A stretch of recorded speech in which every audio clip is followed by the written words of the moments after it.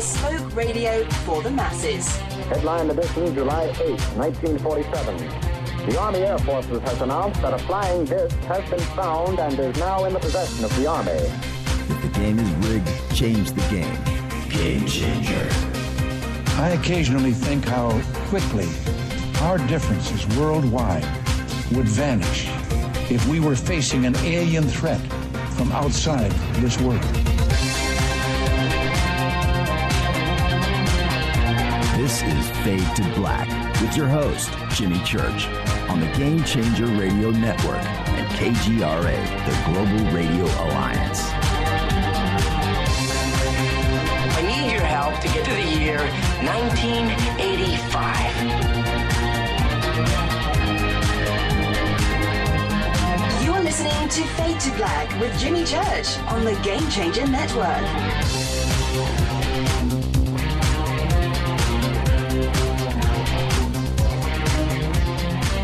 All right, welcome, Fade to Black. Bespoke radio for the masses. Yeah. Today's Tuesday, May 31st, last day of the month. 152 days into the new year. 212 days left. We are live from a bunker somewhere in downtown Burbank, California.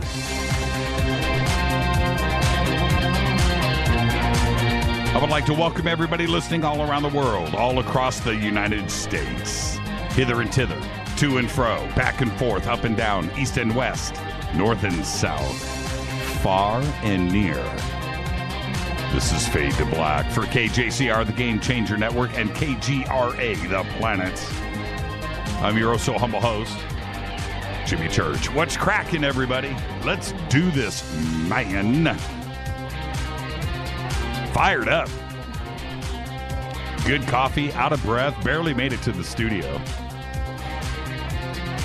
60 seconds before showtime, running downstairs, elevators, got to the bunker, and I tweeted out, I was out of breath, man. I could barely type, but I'm here. Tonight we have very special guest, Ann MacDonald is here. Very excited about this. I've been following Karen for a long time, and she's finally here. And I get to sit down and talk to Karen.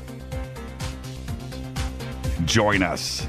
We're going to be talking about, it's funny because I called the show CERN Mother Earth, right? CERN, CERN, Large Hadron Collider. And she came back with, no, it's discern. Love it. We're going to talk about that, Mother Earth, free energy, mind control, and her quest, and what she is doing today. It's going to be fascinating. So just get ready, get comfortable, turn up your radio, and let's do this. Tomorrow night, we're going to do a special Fader night because Thursday we're going to be on the road. But tomorrow night, John Rappaport's going to be here and open lines. We're going to do that. And also tomorrow night, I want to know from you, are you on the road to Contacting the Desert? Are you there? Have you already arrived? Some have. So that's what we're going to do tomorrow night. Open lines all night long because Thursday night is going to be a best of replay. Then on Friday, of course, we will be broadcasting live from Contacting the Desert. And it's going to be great. Now, we don't have our guest lineup for Friday night, and we won't have our guest lineup until probably halfway through the day on Friday because there's a lot of events going on and the scheduling of things and stuff. So, but it, just like last year and the year before, it's going to be great. We'll probably have, 12, 14, 16 guests on the show in front of a live studio audience. And yeah, we're going to be throwing out T-shirts. I'm going to be that DJ guy, during the commercial breaks. Who wants a T-shirt? T-shirt cannon. Yeah.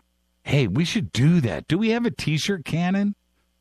T-shirt cannon for the Lotus Room. Take out some of the audience members. Shoot somebody in the face with a T-shirt. We got to do that. I mean, seriously, does anybody have a T-shirt cannon they can bring to Contact in the Desert? Oh, do they even make those anymore? Those were the days, weren't they? All right, follow us on Twitter at JChurchRadio. Facebook and YouTube. You're over at jimmychurchradio.com right now. If that's where you are, then you know the logos. Go and click, follow, like, and subscribe. You can email throughout the show tonight, Jimmy at jimmychurchradio.com. The sandbox for Twitter is hashtag F2B. And, you know, one of the things when I'm driving around Los Angeles during the day, I listen to talk radio in the car. Once in a while music, but I listen to talk radio and I bounce around. And I listen to all those other shows out there, and you know, it's good. I mean, I listen to it, right? But when they say, you know, follow us on Twitter, well, you know what? That's not what they mean. Okay? When I say follow us on Twitter, at JChurchRadio, I'm saying come and hang out with us. There's a T-shirt cannon right there. How much is that thing? Thanks, Mark. Now, just how much is that? Wow, that thing is cool. It's got a CO2. Look at that. Wow. Wonder how far it can shoot. Details. We need details on that. Maybe we can pick one up at the outlet store on the 10 freeway on the way to Joshua Tree. Man, that thing is cool. Those are dangerous. Have you ever been hit with one? I can only imagine, man, a T-shirt cannon.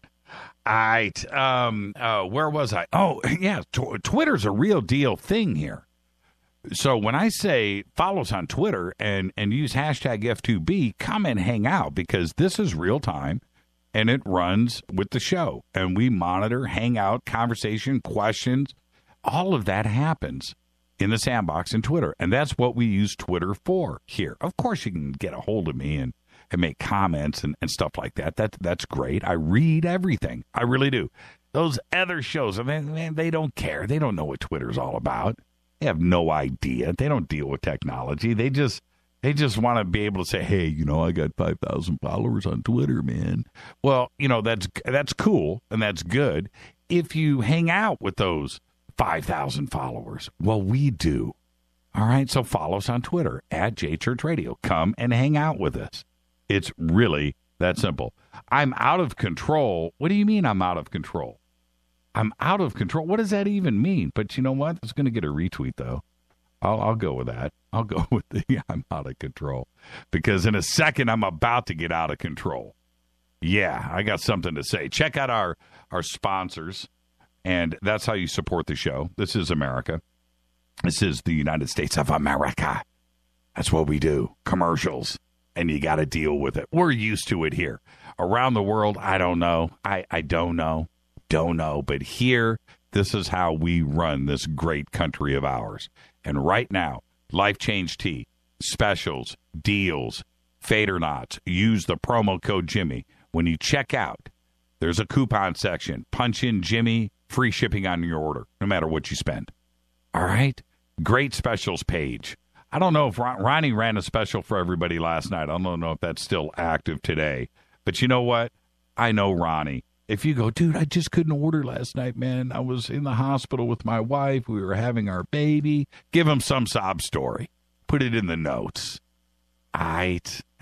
It's the T and Mo special. It should be called the Jimmy package, because that's what I do every single day. Also, Studio Dome, Bluetooth speakers and their true wireless stereo system right now, $129 just for the Fader Knots. JCRTWS, click on the banner over at jimmychurchradio.com. That's all you got to do. Use the promo code. The promo code is in the banner. It's normally $399, and you get free shipping. It's the best deal on the net. Contact in the desert, 2 short days away. Yeah, well, for us, it's 2 short days away. For you, it's 3, because you're going to be kicking things off on Friday morning. We're going to get there Thursday, and we have business that we have to do there. And but there you go. Full weekend ahead, June 3rd through the 6th, all the way through the end of day Monday. Graham Hancock, Robert Bivall, Giorgio Tsoukalos, David Wilcock, Eric Von Daniken, George Norrie, Jim Mars, George Norrie's birthday, David Hatcher Childress, he was on with us last night, Danny Sheehan, Linda Moulton Howe, Mike Barra, Laura Eisenhower, Don Schmidt, Dolan's going to be there, of course, Travis Walton. You do want to be there. Patty Greer is going to be debuting her new Crop Circles movie. You've got to go to Contact in the Desert. And if you are just trying to delay things and not get it together, you still can and get out there. The Roswell Festival is June 30th through July 3rd. And, oh, man, thank you so much.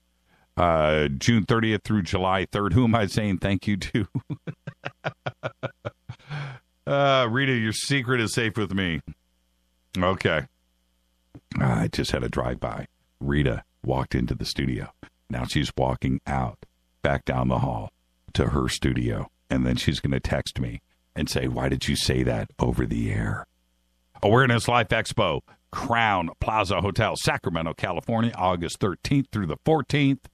That is going to be amazing, too, as well. Go to the appearances section over at Jimmy Church Radio. Links for everything is there. Let's get the show cracking.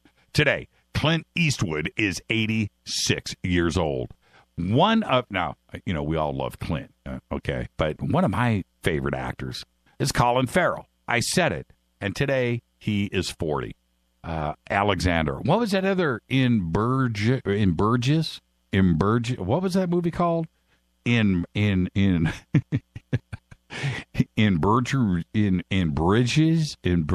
Burgess. It's a good movie though. Chris Elliott today is 56. You know, you remember him from David Letterman. He made a movie that is one of the funniest movies of all time. I'll stand by it. It was called Cabin Boy. And if you haven't seen it, go and check it out. I think Letterman produced it. I think he backed that movie. Corey Hart today is 54. Had one hit, Sunglasses at Night, but it's still good. Our dead guy's birthday today is, we need a moment of silence, John Henry Bonham. Yeah, I kind of want to say it like Robert Plant did. John Henry Bonham, 1948 to 1980, died at the age of 32. Man, he got a lot done by then. Of course, the drummer for Led Zeppelin, who was named the best drummer of all time by Rolling Stone. And quite frankly, he was named that by every other musician, fan, and human on planet Earth. There are no questions about this fact. He was the very best. John Henry Bonham. Happy birthday. Man, 32 years old. Wow. Okay. All right. Happy birthday, John. On this day in history, in 1977, the BBC bans the Sex Pistols' God Save the Queen. Yeah, the song earned a total ban on radio airplay from the BBC, which is, you know, a kiss of death for any normal pop single. But it was God status for the Sex Pistols. It had the exact opposite effect. And nothing like what happened to Glenn Beck today, but we'll get to that in a second. Fader fact, Leonardo da Vinci signed his initials on the right pupil of the Mona Lisa. And that is a Fader fact. Tonight we have very special guest with us, Karen Ann MacDonald. She is here, and we are going to discuss the discern of CERN, Mother Earth, free energy, mind control, and her quest. And that's what we're going to do tonight. It's going to be an amazing conversation. Sit back and get comfortable. Tomorrow night, Thursday night's going to be a best of replay because tomorrow night we're going to do Fader Night and Open Lines with John Rappaport. And then, of course, Friday we'll be out at Contact in the Desert. Well, it happened today. Glenn Beck finally crossed the line. And he lost control of himself. And if you haven't heard the news, then I will hit you with it now. Because, you know, why, Glenn? His numbers and his audience went to his head. That's why. He thought that he was untouchable. He thought he was just untouchable. And that happens. And when you are in the public, well, you know what? I'm gonna get to that in a second. But I'm just gonna say this. Everybody is touchable. It doesn't matter who you are. Everybody can reach out and be touched. And SiriusXM did that today. On radio and television, when you have an influence over an audience, and in Beck's case, probably millions each month, and I would almost dare say millions each day, but it's not that big. But nonetheless, certainly millions and millions each month. And when you're in that position, you need to watch your mouth. It's that simple. It's rule number 1 in the Broadcaster's 101 Handbook, period. There are no exceptions. You watch your mouth. You watch what you say. You influence a lot of people. And your advertisers and the program directors and the people that own the companies and everything else that are above you know this. And they expect you to be professional. But sometimes that power can go to your head. And what was great about Glenn was in the old days, and I'm just talking 2 years ago, right? Something has happened in the last couple of years. You know, he's just like lost his mind. And conservative, not conservative, right wing, left wing, it doesn't really matter. You keep yourself in check. That's all you got to do. Keep yourself in check. And the old Glenn Beck, the fun guy, you know, the one that was the kid and was inquisitive and wondered and asked questions, that guy, right? That's what put him where he is today. And that's where you need to stay. You don't need to start to think that you are important or that you influence and then that you can do whatever you want and that you're beyond that. You're making money. You're starting companies and production companies and the blaze and that you are just an untouchable guy. Well, you are not. Everybody can be touched. And let me just tell you something. Fans giveth, fans taketh away. Advertisers giveth, advertisers will taketh away. It doesn't matter who you are. You need to keep yourself in check. And he spun out of control. And now, let me tell you, if you don't know, this is what happened. Last Wednesday, I'll get into more of the details here in the news section, but last Wednesday, had a guy on his show, interview. And this author insinuated some very bad things that would happen to Trump. The ultimate sin, right? And you just don't do that. And not only did Glenn allow his guest to say that on the show, which you just don't do. You don't advocate violence. You don't do it. You don't advocate let's arm everybody and take the man down. You don't do it. You just don't. Well, he did.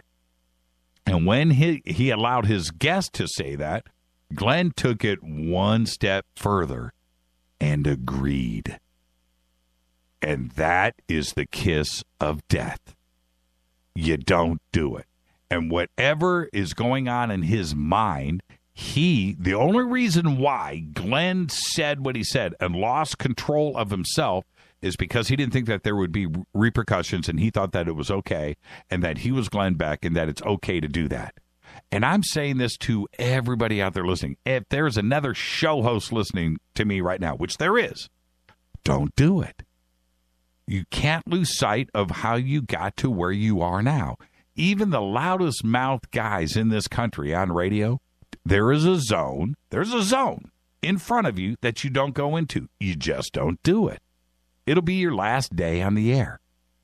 And as much power and influence as Glenn has, that's not enough. Because there's a zone you don't go into.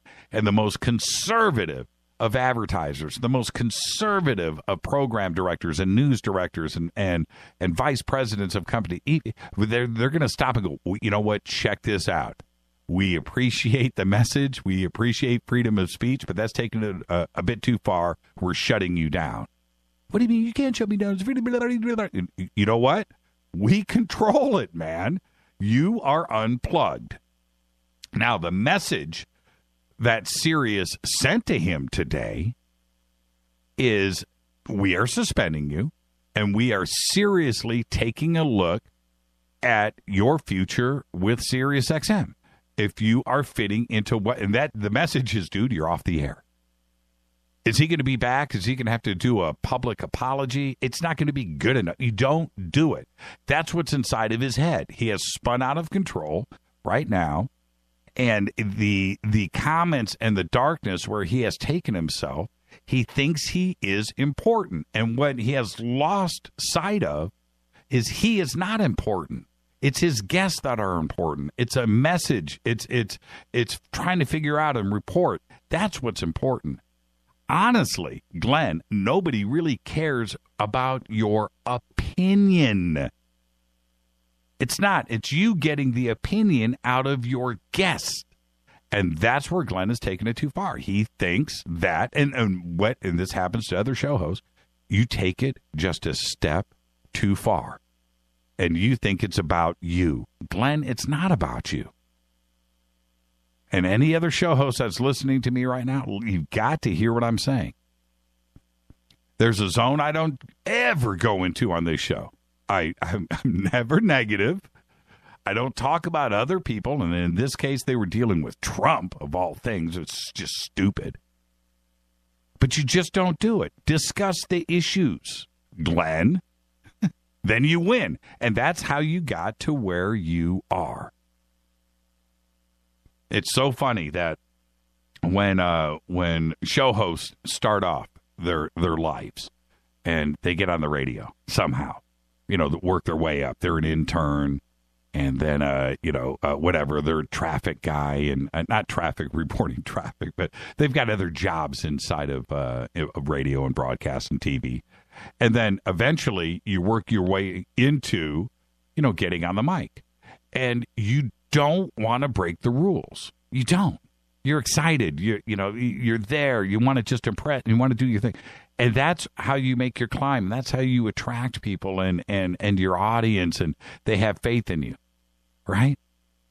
That's it. And he's lost sight of those basic, very basic rules. 1, you don't swear. 2, you don't burp. 3, there's no silence. 4, you don't say the word which I break, 20 20 times a show.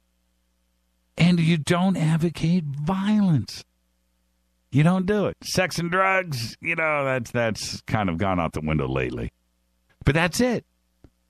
And you throughout your career, you don't violate those sacred things. You don't do it, and you still have a job. When you are in school for broadcasting, and anybody's going to tell you this that goes to school for it, they'll tell you any one of those 4 things, right? 3 things, 4 things. You can break any of those once. You don't get a second chance because you're out of a job. That's it. That's it. And he did it, and they unplugged him. And it's crazy. I don't know if he's going to be back. He's got the blaze, but all of success like that, all of it is given to you. It's given to you. You're given your advertisers. You're given your audience. Your audience, you don't go out and make them listen to you. You don't go out there and make somebody buy advertising time. You don't make somebody put you on the air. You don't make somebody give you a TV program. It doesn't work that way. All of that is people telling you yes or no. And now he's going to find out what it's like when somebody says no. He can't force himself on the air on Sirius XM. There you go. That's my rant. And the thing is, for me, and the reason why I spent so much time on this is Glenn or anybody else, but Glenn or anybody that's hosting, I respect, because it's a tough gig. We are here every single night. I know what it's like to do this. Not only do I host Coast to Coast, and I sit in as a guest host over there, and I'm over here in Fade to Black. We do this every single night, and it is hard work. So anybody that's out there doing it, I know what they go through to get it done. It's not an easy gig. It's not fun. Ha ha. It's fun when you're on the mic. It's the other 80 hours a week that you're working. It's a hard gig. So I respect that. And Glenn was a guy over the years. I would listen. I'm like, man, you know what? I kind of like this guy. And I like them all. I like the negative guys. I like the religious guys. I like the left. I like the right. I like down in the middle. I like the FM late night guys. I like the early morning talk show guys. I like Jesus Christ on Sunday mornings. I like all that stuff. I listen to it all. It's a tough gig, and I appreciate what people do to move forward. And then you go and you taste a little bit of success, and then you spin out of control. I just don't get it. Like what Don Imus did. Man, how dumb can you be? You know? And he'll never get back to what he once was. People don't forget. And that's what's happened to Glenn. So we shall see what the future brings. But he spun out of control. There was a lot of evidence of that. I was reading over the last year some of the things, and I was like, man, good old boy, Boy Scout, Cub Scout, Glenn Beck saying these things and just going, man, what are you doing endorsing a candidate? What are you doing taking sides? Oh, man. And that's exactly the opposite. You're supposed to be objective and do your thing. And now here you go. You just took it one step too far. All right. That's it. Oh, man. Glenn. Totally bummed about it. And there you go. This is Fade to Black. Tonight, Karen Ann MacDonald is here. I do want to remind everybody, we do have a pretty special week lined up tonight, this week. Karen Ann MacDonald tonight. And then tomorrow night, a special Fader night, open lines tomorrow night. Just adjust your schedule for the week. John Rappaport is going to be here. Thursday night's going to be a best of replay. Friday night, we're going to be out at Contact in the Desert broadcasting live. All right. This is Fade to Black. I'm your host, Jimmy Church. To get out of here, get Karen Ann MacDonald in here. This is truly bespoke radio for the masses on the Game Changer Network and KGRA, The Planet. Follow us on Twitter at JChurchRadio. Email is jimmy@jimmychurchradio.com. I'll be right back with Karen Ann MacDonald. Stay there.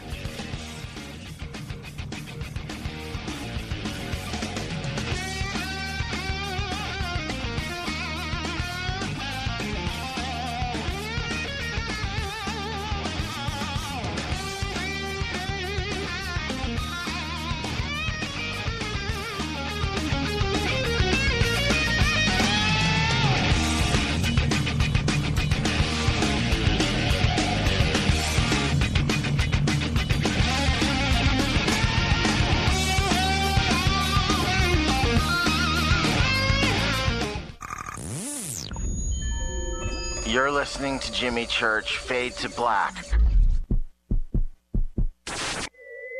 Fade to Black will now pause for alien identification. The station that talks the net. KGRA Radio. What's up, revolutionaries? It's me, Jimmy Church. Do you have an IRS or state tax issue? Well, I did, and I called national tax experts. My problems were fixed, done, fini, and man, I got to tell you, it was a relief. National Tax Experts are a recognized tax office that services clients in all 50 states. It doesn't matter where you live. Give them a call. I'm telling you, they take...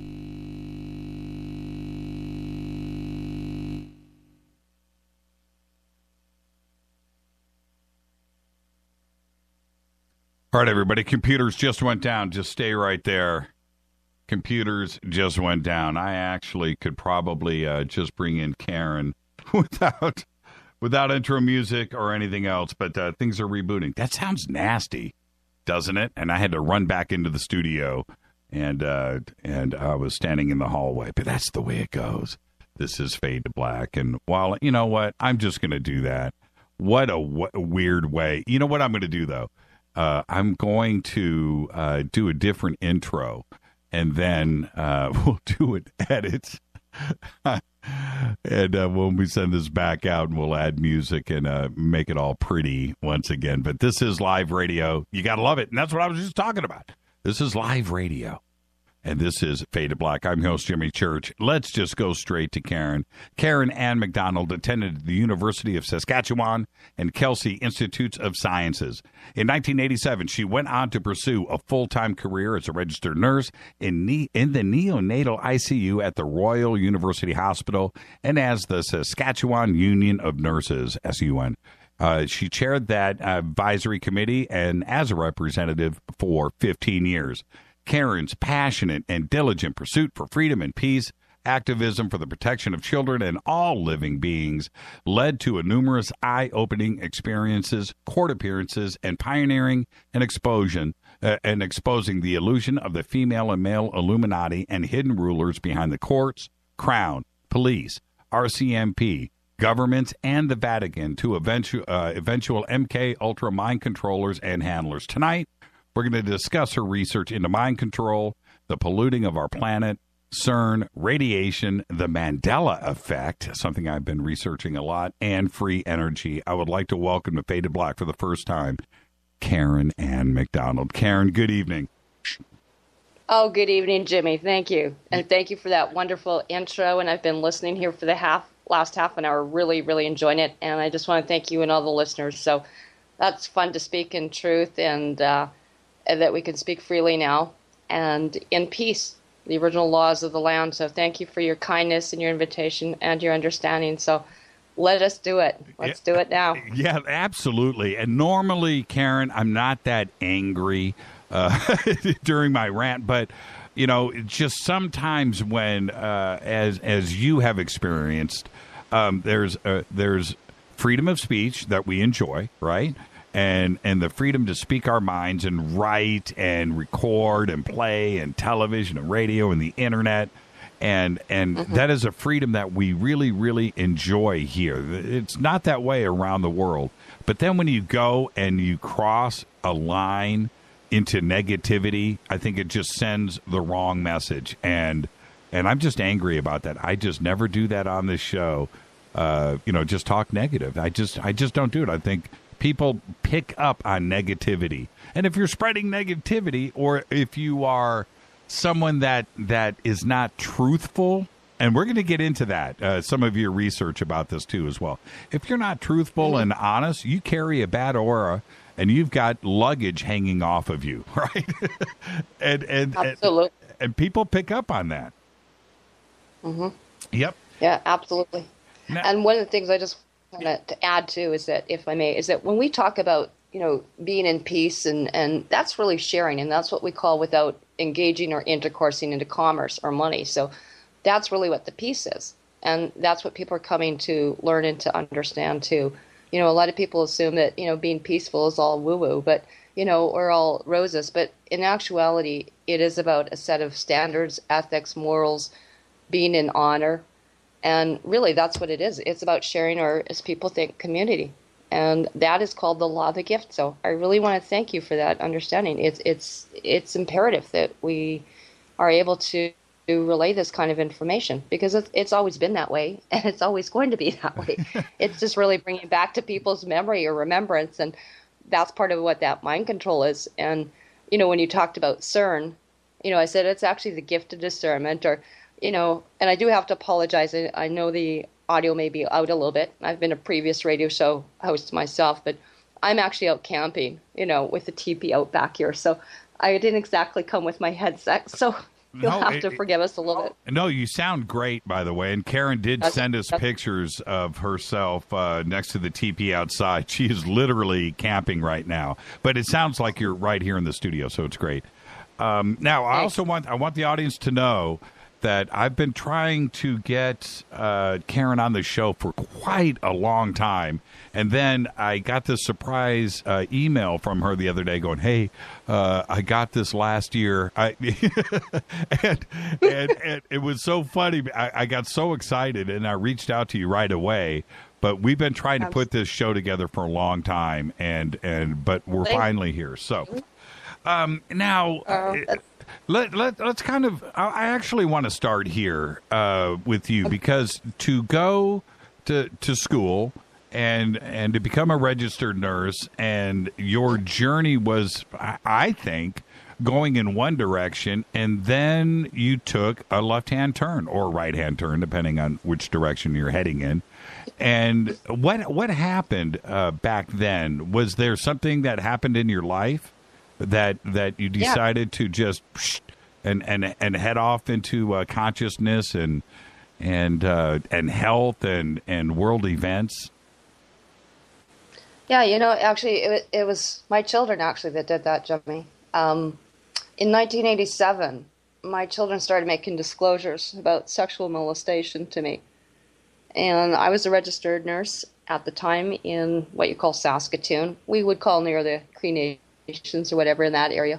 And it was pretty profound because there was a huge case as well. The children also disclosed about the Martinsville trial.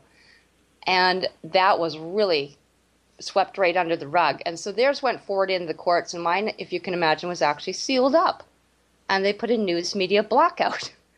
And you and I both know, being on the air and on radio or TV, what it takes to get a radio, like to have a news media blackout and to have court records sealed up that no one's allowed into. So having said that, basically we dealt with a lot of the federal, provincial, and family law division courts. And it's just, seeking for truth. And by that point, I started learning about the deception of the birth certificates. I started learning about driver's license and what you call the straw man and all those sort of things, the public-private and all this sort of thing. And I started really searching. At that point, everything just crashed. And I had been off with a back injury for a little bit. So I started replacing everything. I got rid of the chemo, the radiation, the drugs, the system, and I basically did it very quickly. And I went to becoming also super raw food vegan. Everything went. And so I started standing up in courts and then eventually standing up in courts myself. And people started talking to me. One day I was at Winston Trout's seminars and learning about the pass-through, the Passover, and all this kind of stuff. And by that point, I'd been probably in and out of jail a few times for, refusing to, well, not refusing, but we'll just say asking the judge and telling them that, are you aware I cannot submit to any man or to this court? And I refused to stand up in courts for them. And, knowing about energy, chakra, quantum medicine, quantumizing the law, David Windmiller, that kind of stuff. And so that's really what happened. I went into essential oils, aromatherapy. I became actually the first probably quantum nurse there was. I learned and studied with Dr. Len Horowitz. I studied with Dr. Gary Young. I ended up being on international committees with them, actually, for setting standards in the field of natural and holistic health. Dr. Paul Duran, and I run actually all those, very cool, which we're playing with you now, giving you like an extra little divine ray of protection here, but what we call Skio, Indigo, or Ecdoctor Rife Radionic machines. So I'm playing with scalar technology right now. And that's not unusual that when I go on the air or I go with a lot with former Sergeant and Micmac shaman is former Sergeant Patty Broussard. Very often that the radio stations, the servers blow or were shut right down. What is so, Well, what is that? Share with me. What is that like going up against the man? Because you're going up against medicine, big pharma. Mm-hmm. You're going up against the food industry, seeds and GMO. You're combating some of the biggest forces on all fronts. And how do you deal with that? Well, actually, I don't think of it as looking up like a fighter going against something as opposed to starting something new and exciting is what I prefer to think of it as. It's like Bucky said, don't go against it, start something new. And I don't like to complain, but once I started learning about what you call, the straw man, or you talk about the private and public sector or inhabitants, there was something that, and that's called actually Second World Law, by the way. It's called the Corpus Juris Secundum. So what I learned about was this first class, a whole new set of rules, regulations, peace, that it's always been here since eternity, since the beginning of the creation. And I kept thinking Winston Trout had said something, go back to the original court order. And it's kind of like the Hague Court. So I started going back to Enki and Enlil and Ninhursag, and I thought, okay, well, who seeded this planet? And the monarchy or the RH negative or the de facto Illuminati New World Order, call it what you want, those people were not here first. So there were actually legal agreements or contracts that were done with these clan mothers. And in about 2006, I was actually approached by someone called Tim Phillips. And in his hand, he had a bunch of papers. And those papers were from someone called Meredith Quinn, who passed away in 1994. He was technically the legal, I would call, advisor, because he was still in contract to the Vatican, the United Nations. But he was his grandmother had been the, Agnes Dreicut, had been one of the Dakota clan mothers. Right. And came from an unbroken line. Now, that line was actually witnesses, basically, to the clan mother and the treaties. And these treaties go back, like, we're talking 460 BC, or, you know, the Dracos have only been here and some of the Anunnaki for 30 or 60,000 years. So we're talking that mine was actually one of the very first tribes ever set down.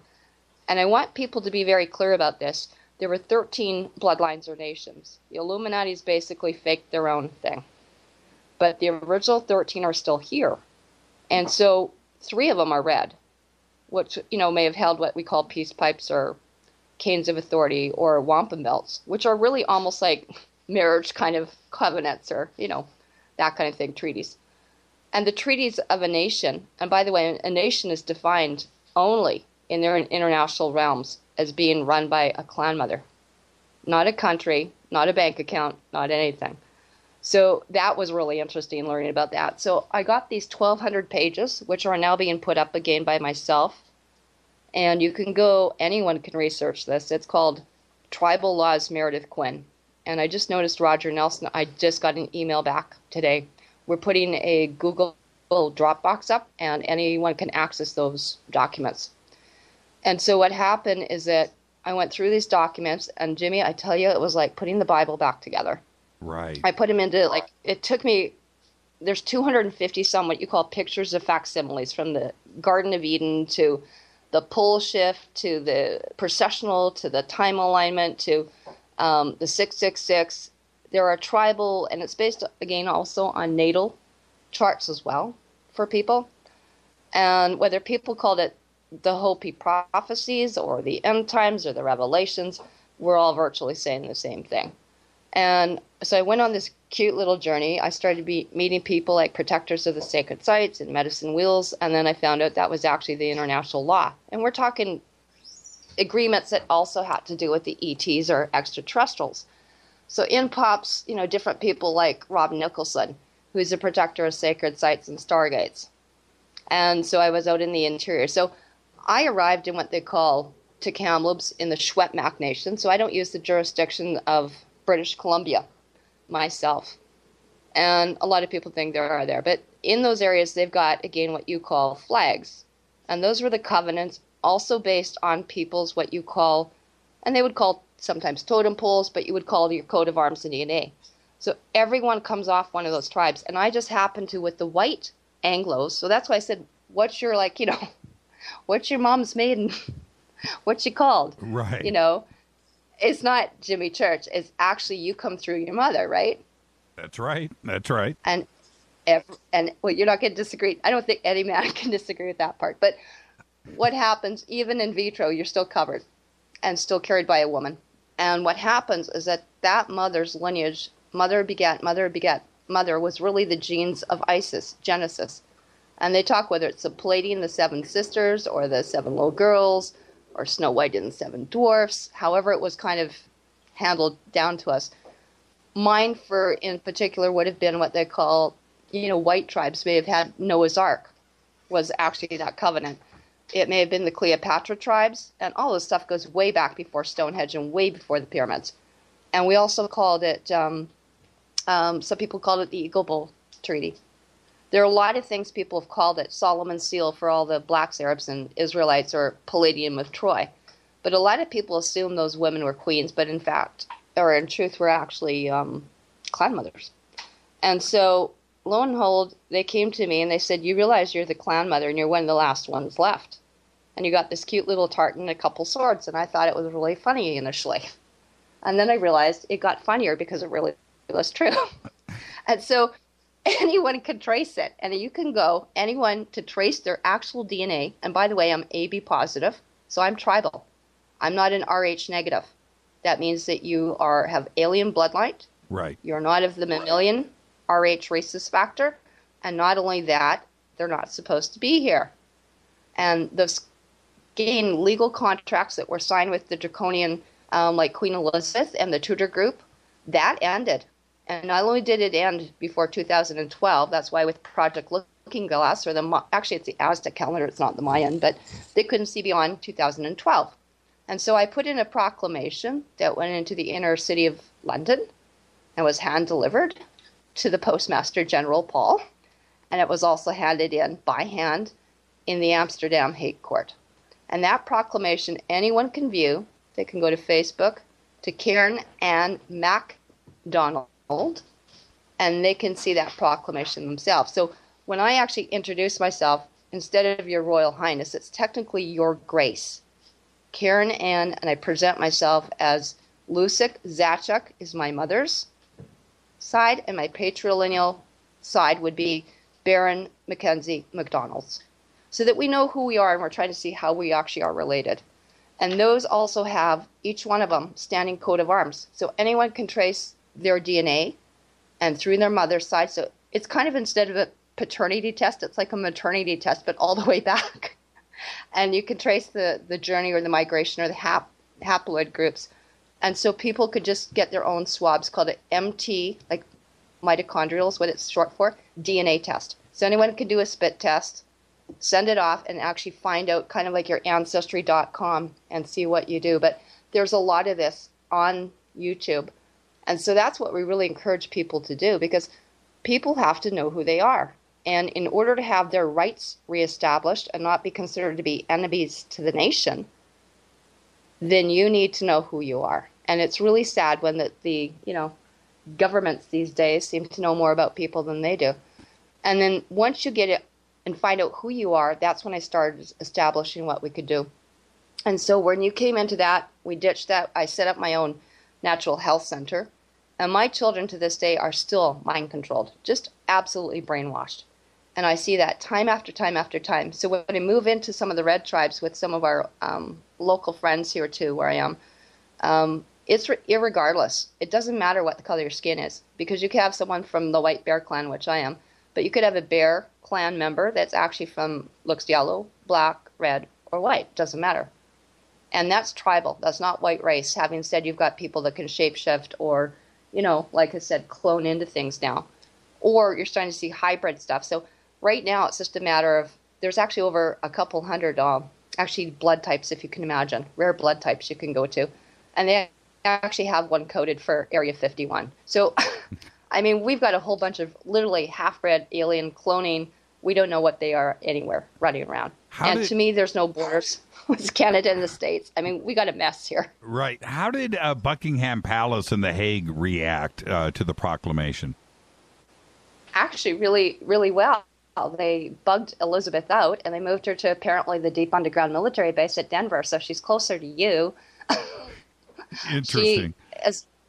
Yeah, and we can actually see, and I really want to encourage people, I mean, to back up this, I'm doing a lot right now at Project Ascension.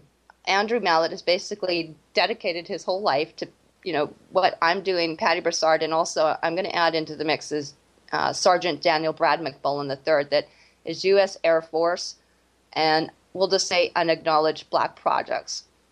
And Patty was also, former Sergeant Patty Broussard was also black projects as well, and actually was contracted to NASA to set up all their communications, weapons, and built their space lab computer. So there isn't any eye in the sky and space station satellite that I can't go into, because they can't kick Patty out. She built them. And so also went into was part of the U.S. Freedom Team. And so I get to meet a lot of cool people. Like, I know you're going to Joshua Tree and to Contact in the Desert. By the way, Eric Dadmer said to say hi. He contacted me last night. So they're all packing there, and I wish you guys well.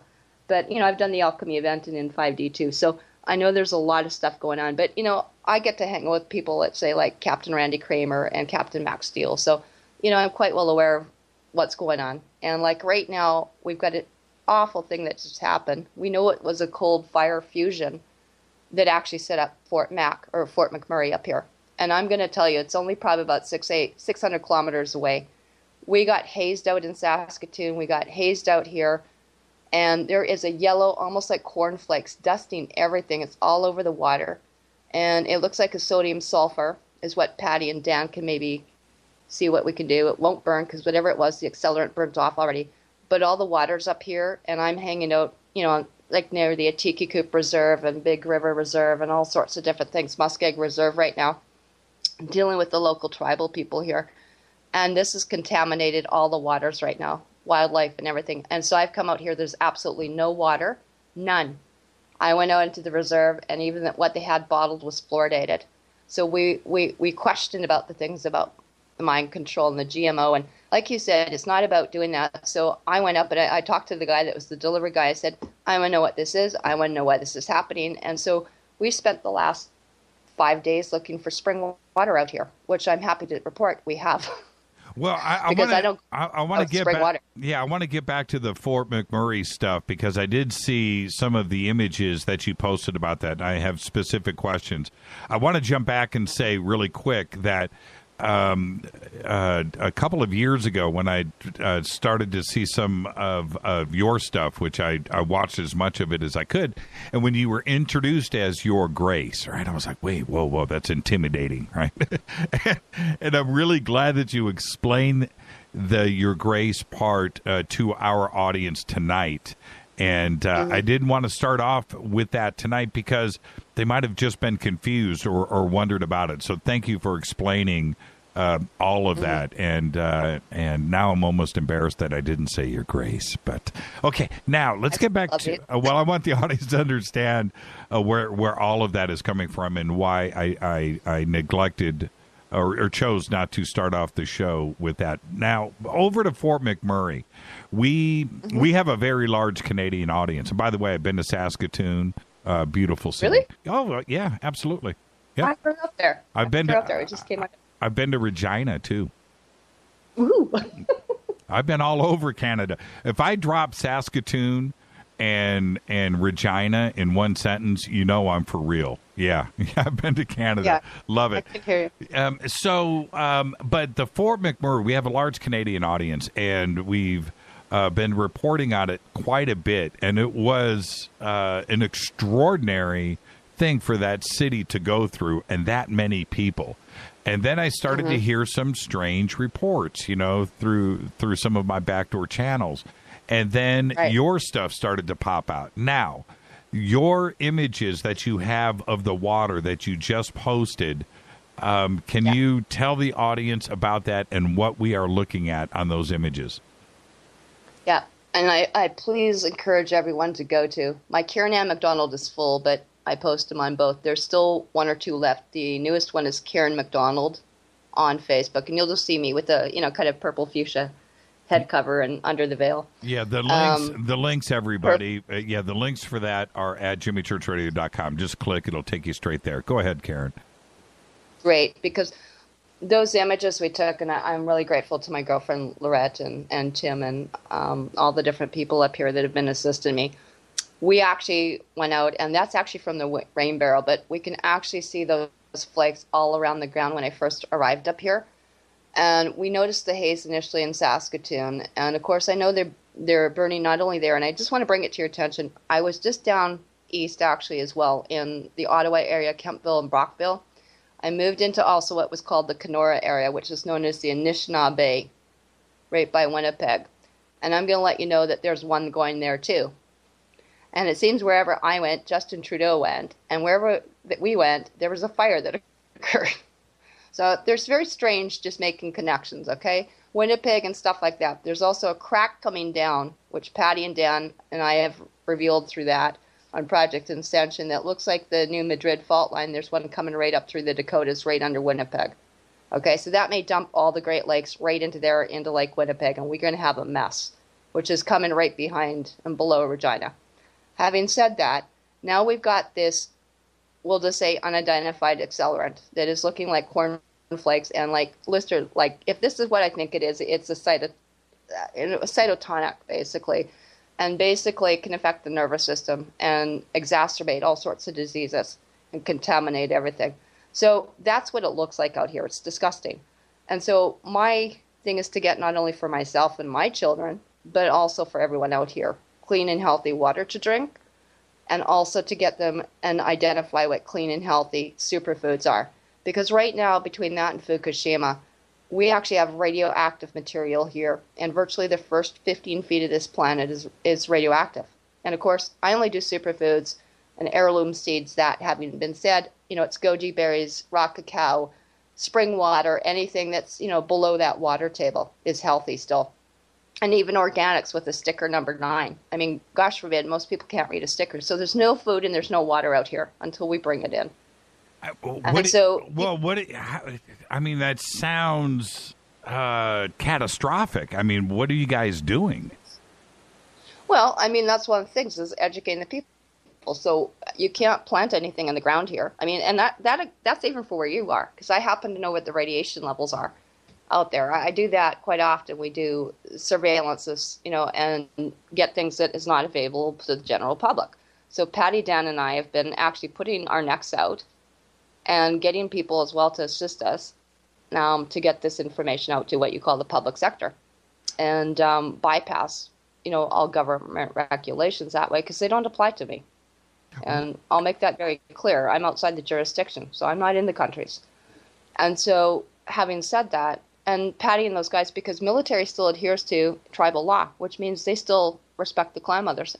And not only respect, they answer to the Klan Mothers. So that's why I get classified information to disseminate out to the people. We're going to be you can imagine.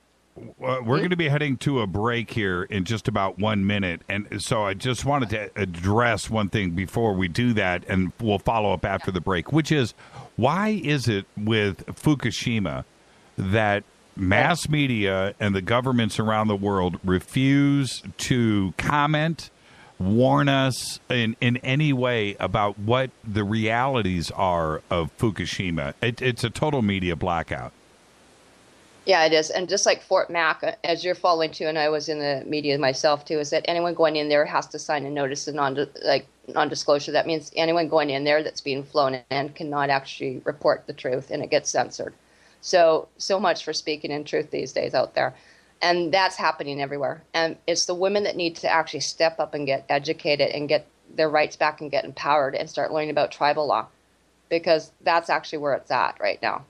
And this is happening everywhere. And we can talk a little bit about what's happening at CERN. Like actually, from what we can see from our perspective, we're seeing those FEMA liner coffers that can hold about 5 corpses or bodies in them. We're seeing them double stacked and hidden up on different areas on parkades in Geneva. And if my intelligence is correct in what we're seeing on satellite here, we are just witnessed actually thousands and thousands of people that have been killed. That's on a news media blackout, and they've just started opening up the airport slightly. But we've seen basically it looks like biohazard things, and basically hardly anyone aware of what's going on. And because there was something that blew in November, initially in September, but in November the 13th, the first weekend, that was similar with the Paris incident. Right. And so if we're correct with that, we've got basically a nuclear plasma radiation leak as well that's connected every synchrotron. And even the University of Saskatchewan, Regina, almost every university has got some sort of a synchrotron or light center that they're smashing colliders and nuclear meltdown. So that's why I'm looking at things like, just to let you know, above Nelson. Hold on.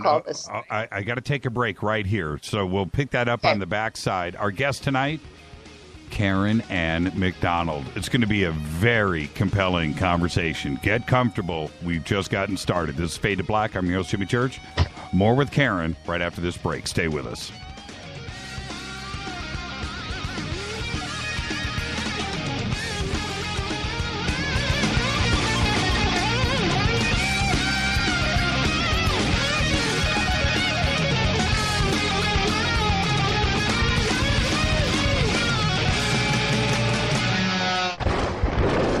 This is Fade to Black with Jimmy Church on the Game Changer Radio Network and KGRA, the Global Radio Alliance.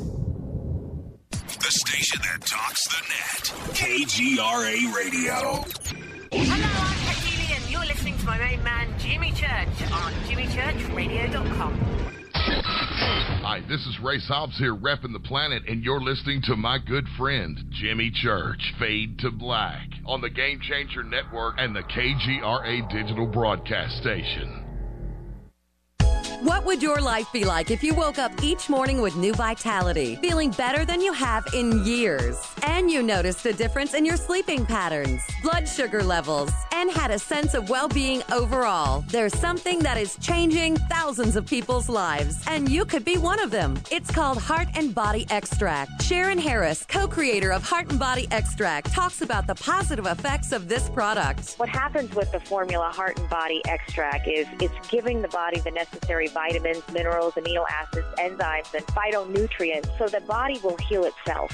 And yes, the body does have the ability to balance blood pressure, balance cholesterol, clean and unclog the arteries. It can also work on balancing the circulation for diabetics. So the body is an amazing thing. It simply needs some help so it has the tools to heal itself. To order your 2-month supply, call now toll-free 866-295-5305. Order online at hbextract.com. Imagine no longer being tied down to your computer, but having the freedom to take live talk radio with you anywhere you go. TalkStream Live introduces our first ever iPhone application. The talk shows you follow now follow you, and your iPhone is now the fastest and easiest way to stay connected to the best talk radio on the internet. Let TalkStream Live transform the way you listen to radio. Listen to live talk shows 24 hours a day, 7 days a week. Mobile talk radio from TalkStream Live. Now available in the iTunes App Store. This is Toby Kebbell. You're listening to JimmyChurchRadio.com. Don't hurt me, Jimmy. I'm only little. Hey, I'm Adrian Grenier. And this is Ari Gold. We're the Honey Brothers. Yes. We are of the Honey Brothers. Hey, I'm Adrian Grenier. And I'm Ari Gold. We're the Honey Brothers. And you're listening to Jimmy Church. The Revolution. What's up, Fadernauts? Studio Dome loves Fade to Black and the F2B audience so much that they have put together the ultimate stereo Bluetooth system. They've done it just for you. Man, check this out. The Studio Dome SBB2 stereo system is here. It's featuring 2 Studio Boombox 2 SBB2 wireless Bluetooth speakers, packed in its own custom hardshell case. This Studio Dome system features the very latest in stereo Bluetooth technology. The 2 full-range boomboxes are in true wireless stereo. You've got to hear this. It's amazing. It's just $129, and use the promo code JCRTWS, and you'll also get free shipping. It's simple. Just go to JimmyChurchRadio.com, click on the Studio Dome banner. Go Beckley Teppy. This is Micah Hanks of the Gralien Report, and you're listening to Jimmy Church on Fade to Black, across the globe on the Game Changer Radio Network and the one and only KGRA Radio, The Planet.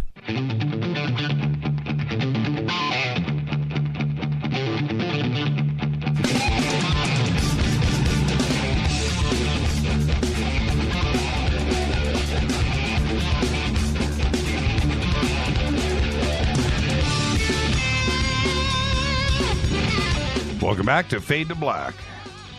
I'm your host, Jimmy Church. Our guest tonight, Ann MacDonald. Got a lot of stuff that we're going to cover tonight. And Karen, what I want to get back to really quick, back to Fort McMurray, is the reports coming out of there about toxic stuff in the ash and so forth. What is it that you are finding?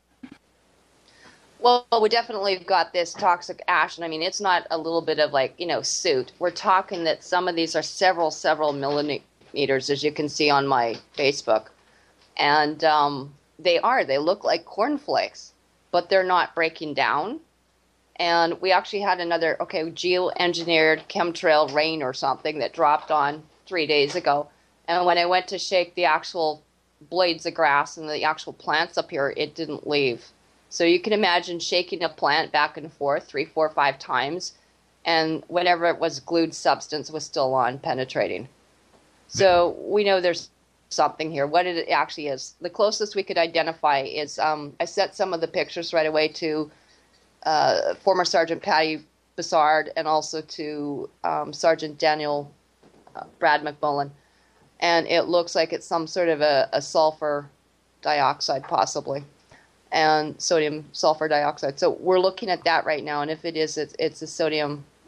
This kind of thing is, like I said, it's cytotoxic. You know, it's right up there, as almost as bad. It's probably sort of like beyond Agent Orange and mustard gas or whatever the concoction is. I don't exactly know, but one of the things we did go up to, we went up to some salt lakes here, just up north, just south of the Waskesiu and into the Waskesiu National Park. And those lakes up here, we have one called Manitou as well, that you can't actually sink in. That's why it doesn't matter, because we had the medicine wheel up near Saskatoon, is that you couldn't actually sink in these salt lakes. They were better than the Dead Sea. So people would have spontaneous healing because they were so alkalizing the waters up here. And I mean, I've spent the last 3-4 years basically in the above Nelson in what we call Silverton in the Siniak or Kootenay Mountains. That's probably the best hidden secret I've got up there. So I have stuff stored up there too. And that's where I spent, 4 years detoxing, getting Saskatoon's unfinest fluoride out of my system. So then I went also into Medicine Hat. And Medicine Hat, as you talked about with Richard Dolan and Grant Cameron, those guys, and former Minister of Defense Paul Hillier, Area 51 is up here is basically like what they call Suffield, which is above Medicine Hat. So it's about 6 hours away. And that whole thing, if you look around Fort Mac, you're going to see Cold Lake up there, and you've got a tri-base right below, which is Suffield. And I've talked to people about abductions there. They've got mutilations. And it looks like when I went to go set up actually in Cypress Hills, because it's the second highest spot, we're talking on a pole shift, if there was going to be a flood or something, or a catastrophe. Those are the two highest, safest places that we had, because there was actually spring water there available. We had mountains, and we had 400 some species of the original flora and fauna. So my next suitcase and delivery and flag that got planted down was at actually Elkwater, Cypress Hills. So if people want to see the funkiest eco-like villages that makes, the Eden Project look pathetic, is actually designed out there, is at Cypress Hills of Canada on Facebook. So when I was actually there at Cypress Hills, we noticed that there was probably 2 or 3, we'll just say unidentified, maybe draconian basis, or who knows what it is, grays, who knows. But that is really close to Fort McMurray. So you've got to look at what's going on there. Hold on. Let me jump in really quick. What was it that you saw that makes you think that that it was some kind of possible ET base? I mean, there was something that tipped you in that direction. Probably about 1.5 years ago, we were doing some, we'll just say, overhead scanning, surveillance, that kind of thing and I'm not talking Google Earth, which is available to the public. So even if you went, just to let you know, on Google Earth, and you went to Cypress Hills, one side of the road is 2003, the other one's 2006, another part is 2011. You cannot see anything that's been happening between the logging, the fracking, and actually destroying all the waters. And that fracking all around Fort Mac, those areas are actually responsible for it. And also there's a weapons municipal storage up there. So we're talking there's nuclear weapons being stored up there as well. So you know what? They're also moving the tribes and deliberately taking the water and destroying the lands. Now what they are doing as well, and they did it at Cypress Hills, not that far from Fort McMurray, below, is that they actually took the actual waters and piped them underground to their deep underground military facilities. So I have access to the deep underground military tunnel access maps, and we post them all the time, Patty, myself, and Dan. And those particular ones go from CFB Suffield, which I might add is an American, Canadian, and a British base. So there's 3 of them hanging out there. And that particular base underground also goes to Q552 Nelson, which also then transits right into everything to even where you are and right into Denver. But it goes from Ottawa, all the major areas. So they're actually stealing my water, my spring water, which feeds all the eastern continent. So everyone there and on the western part, coming out of Silverton and our waters, where you drank out of, is actually out of the water basin called the Columbia Water Basin up by Revelstoke, and goes all the way through Nelson. And I think there's 70-some dams going all the way to Seattle, all the way down the west coast. So I actually, technically by title, have the water and the land rights. And so that's why I started contacting people like Randy Kramer, Captain K, and stuff like that. Blue Avian, Sphere Alliance, Soul Guardian, soul wardens, whatever I could find, Guardian Alliance, whatever. And, that's why I've been starting to get out there, because I'm really determined that people have access to this. And that water is supposed to be for free, and so are the free energy machines. So proclamations we did, they did take us quite seriously, and we're now seeing like 300 and some, almost close to 400 exoplanets. So it's not Nibiru that left a while ago. And we can see stuff like that, and the fighting of the ETs, the Anunnakis, and all these. It looks like there's a block party up there on the other side, because there's probably these 400 exoplanets having some sort of a meeting. And so a lot of the, we'll say, calamities people assume to be earthquakes and stuff are plasma and death ray guns and solar and scalar technology. And it's being taken out with some of these Draco and alien bases. And we've been told there's close to 58 some alien bases alone with their races, and a couple hundred other ones unidentified on the planet. So Fort McMurray also seems to be a hub of it. So there's a lot of things going on that people aren't aware of. And so when you look at the whole totality, and there's stuff like rages firing in the Sinaiac or in the BC area and other areas that people think is Alberta, into Saskatchewan, into Manitoba, this isn't an isolated thing. The other thing that tipped me off is when you run an actual natural fire, you would expect to have thermal heat, right?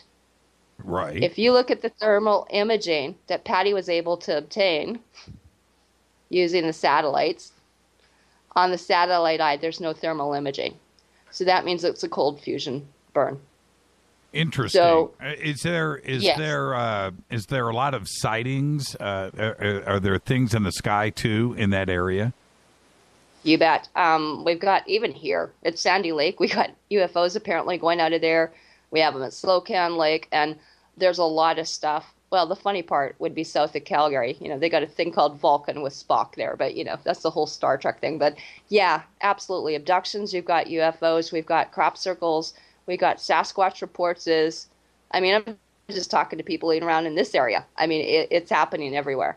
And you've got to remember that the beginning of the money, besides going back to Turkey, it's from selling the women's DNA. So that's why we shut down all the trust accounts and we're dissolving the British monarchy, because it's based on stealing the women's DNA. So they've been taking women, abducting them, using the DNA, using them as breeding like cattle or dogs, and also selling their DNA for breeding purposes to colonize other planets like Mars or other things. So this has got to stop. And so if this is one of their headquarters with missile silos, and you can clearly see on our scanners that right above Fort McMurray, there's an actual base that you can actually see even parts of it on top of the ground. And so we can see things there. I can see things in Red River over, Texas. I can see a lot of areas. Can see it going globally, the expansion of Auschwitz, and I can see deep, morgues that are actually over CERN. So we have access to seeing sort of this eye in the sky sort of thing that a lot of people don't necessarily get on the ground. And it's not till I'm on the ground that I actually, I can see what's going on. I can see the people's water, being destroyed, salt lakes being destroyed, water life, foul, everything. But it affects the tribal people that have the hereditary rights to be here. And this is obviously for the gift of discernment, and we need to get people back in here. But I'm more, focusing on the solutions. How do we correct something like this? And we've come up with a lot of things that we could actually go back into Cypress Hills, having say we could get rid of 2-3 Draco bases that are waiting to harvest all the people, right, for their own contract purposes. That is against the law. A couple of weeks ago, there was a press release out of Canada that I reported on the show, which was last year, 2015. Canada had its highest year ever for reported unidentified flying objects, truly unidentified, things that they could dismiss as natural things or aircraft, but actual unidentified events. And it went up by a large percentage. And a big chunk of it is right there in central Canada. And I don't understand what's going on, but there is certainly something there. And I don't know if it's the nuclear facilities that are there, the missiles that are there in North America, northern United States and southern Canada. the defense structures, the radar installations that are there. I don't know what's attracting it, but something is forcing this activity right there in central Canada. You know, it's really amazing because one of my other close friends, I don't know if you've met yet. Have you met Dave Scott yet, Spaced Out Radio? I know who He's he over. is, yes.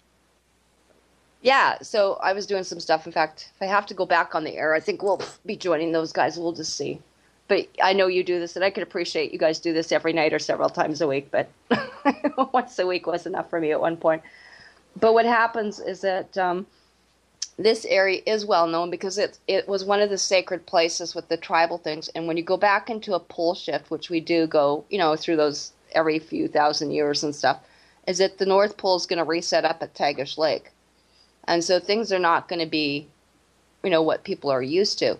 And right now we're having to look to go quite up north and look at different, and I call it, if you look at the Cypress Hills of Canada, it's kind of like a big eco-dome. So if you can imagine all the most gorgeous solar domes, like a skylight, if that's what you want to say, the whole top of it would have to be skylighted because we'd have to use like an armored glass because we've lost basically UV, A, B, and, the first gamma rays or, UV fields. We've also lost some beta, and now Patty just reported UVC is now gone. We've got virtually no ozone.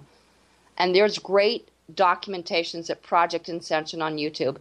Please go take a look at the CERN ones. You can see the exoplanets. But I've also got about 12, basically, if you want to say health-orientated. I've got biofeedback because I do it, plus we've got about 30,000 practitioners. I'm getting everyone to go find their springs right now at findaspring.com.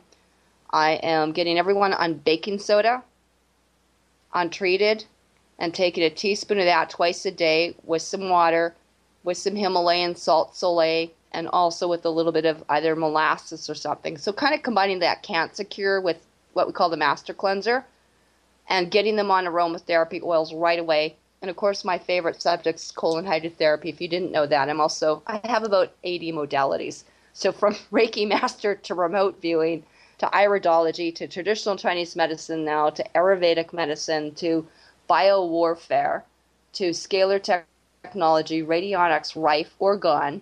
There's not too much I don't think I haven't played with that I haven't done, to herbology, essential oils, massage, reflexology, Vitaflex, all that kind of stuff. And right now, I'll just let you know, in a lot of the people I'm picking up stuff like, and again, to do with Draco stuff in the vaccine and the unclean food, is venoms like you wouldn't believe. Snake venoms. All sorts of things are showing up in people. And they've been in contact with either draconian people, or they've been intercoursing with people, or it's coming through the foods and again the chemtrails.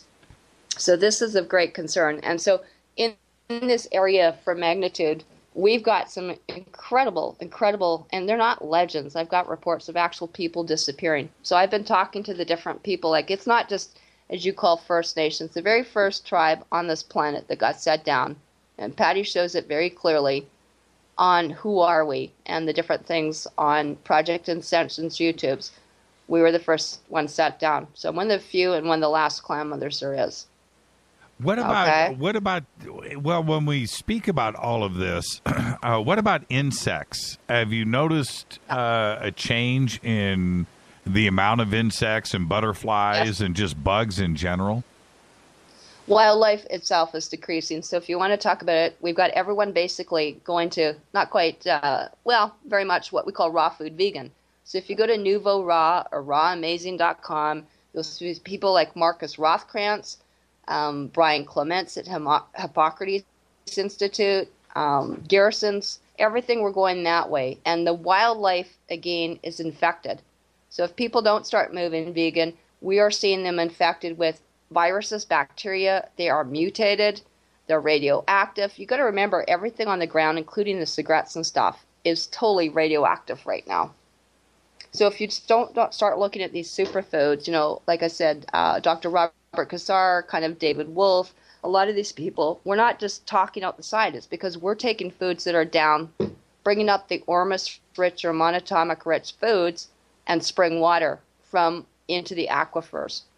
And so those carry foods like chia seeds and goji berries and hemp hearts. I mean, I wear hemp clothing. Why? Because it's radioactive proof. So our new facilities that we're going to have to do, and if people want to be included in this or wish to help, we're going to have to look at facilities like this, and that's how you're going to thrive now. We're going to have to be somewhat above and somewhat below.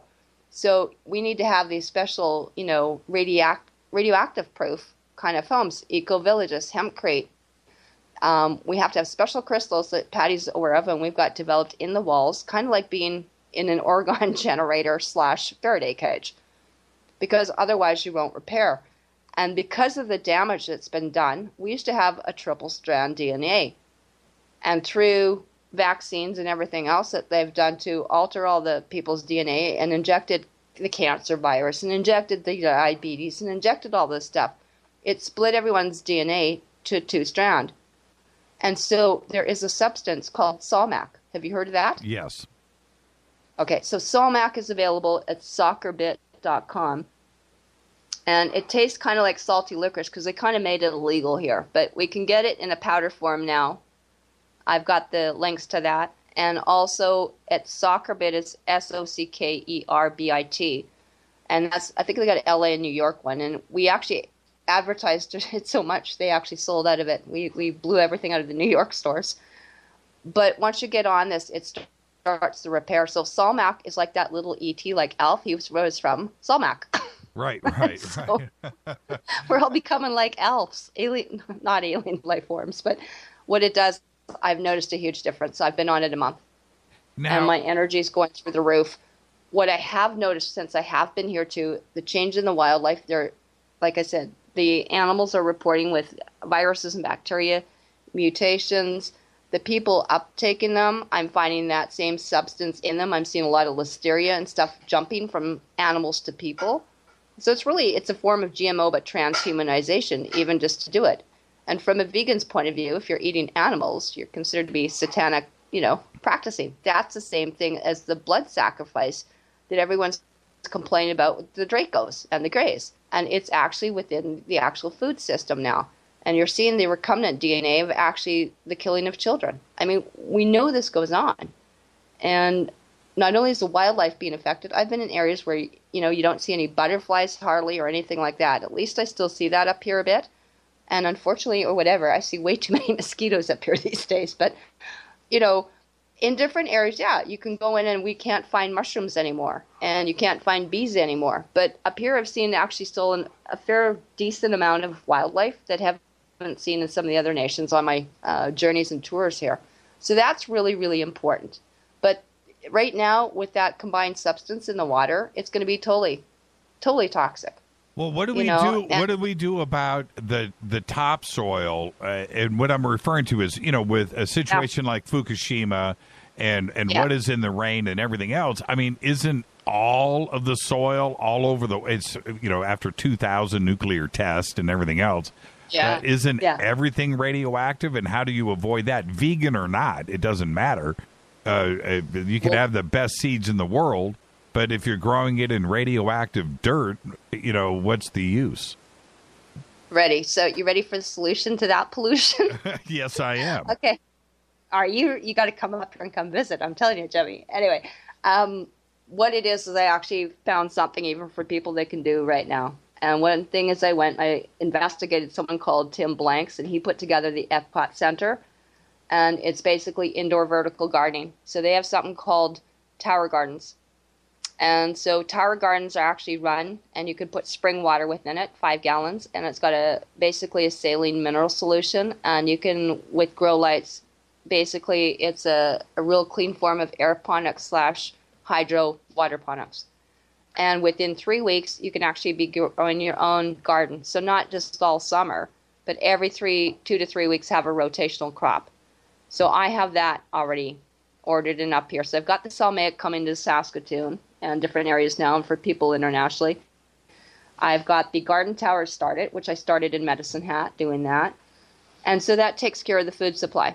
And that's what we can grow underground in these facilities that Patty's developed too, because you would have to do a special type of solar, a special type of wind, and also it's like an acronomy screw, which is kind of like 2 corkscrews we would put a triple blade on, but basically with about 12 feet of water, we could actually run a water turbine that would not disturb any of the fish up here.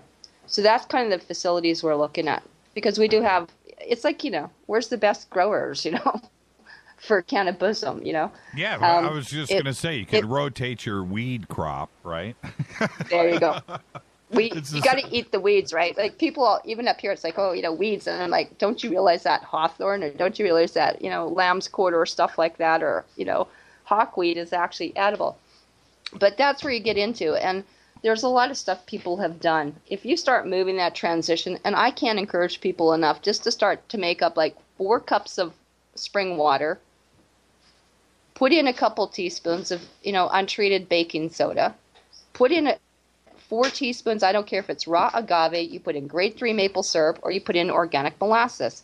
Add a couple number 9 fresh squeezed organic lemons, and just a baby pinch of like Himalayan salt. If you want, throw something else in for fun. But if you get on that within a couple days is going to start alkalizing your system. Within a month, you should be actually pretty well getting to that alkaline state.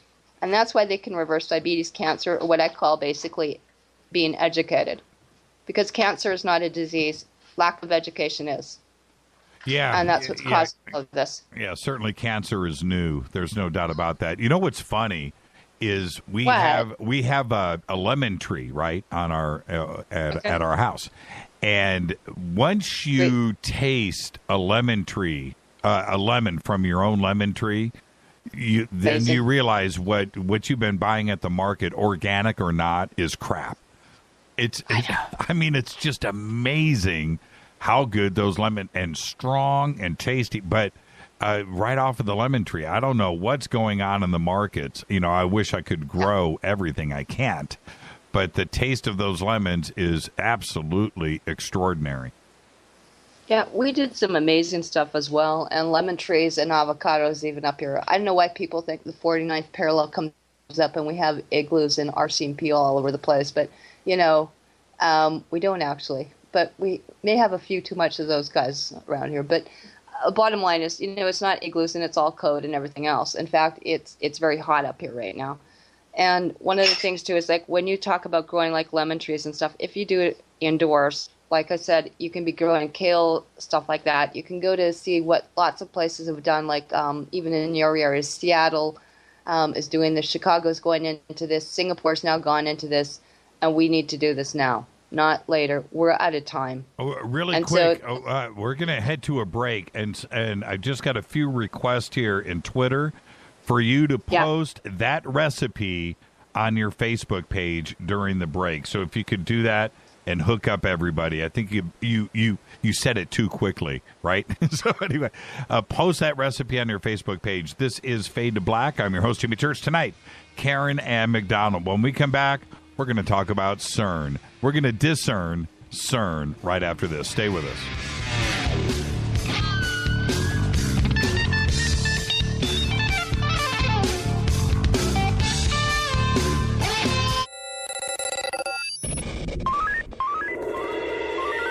Way out here, we listen to Jimmy Church.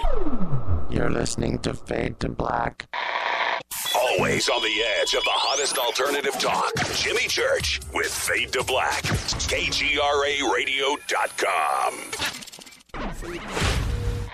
¿Qué tal, mis amigos? Yo soy Mario Carson, el tiburón, y los invito para que escuchen a mi buen amigo Jimmy Church Radio. ¡Claro que sí! Do you know what's in your body soap? Well, I didn't know the answer until about 5 years ago when I looked at the label of my soap and was shocked to see all the chemicals. For my entire life, I had been assaulting the largest organ of my body, my skin, and to think my children were using it too. Well, a lot has changed since then. Today, my family and I operate Stone City Farms, where we make and sell all natural goat milk soap using fresh goat milk from goats we raise on our farm. Our mission at Stone City Farm is to produce high-quality, all-natural goat milk soap for people who want a fresh, unrefined, natural product. At Stone City Farms, we offer scented and unscented soaps and a signature line of gift sets customizable to your needs. To see what our customers are saying, go to StoneCityFarm.com. Use the code NATURAL for a 20% discount. That's StoneCityFarm.com, code NATURAL for 20% off your order. You never know what could be hiding in your soap. Did you ever turn to your radio for your favorite talk show to find that it's been preempted for this? In the air to deep right center. Back goes Lewis to the wall, and it's out of here! Or this? And I'm ashamed of you, Hillary, for voting for it. Do you have a favorite talk radio program that's not available in your city? Just go to TalkStreamLive.com for links to the best streaming talk radio shows. At TalkStream Live, you will find live talk shows 24 hours a day, 7 days a week. All your favorites are here. With such a large selection, you will also discover some new favorites. On the go and still want to listen? With the mobile smartphone, simply type TalkStream Live on your internet browser. Now you can take internet radio with you. You will also find hundreds of music, news, and sports streams. Best of all, the TalkStream Live directory is free and there's never a login required. Remember TalkStreamLive.com, the fastest route between you and your favorite talk radio show. You are listening to Fade to Black with Jimmy Church on the Game Changer Network. Oi, oi, I'm Reese Evans. You're listening to Jimmy Church. This is Revolution. The revolution will not be televised. The revolution is on radio. Ciao.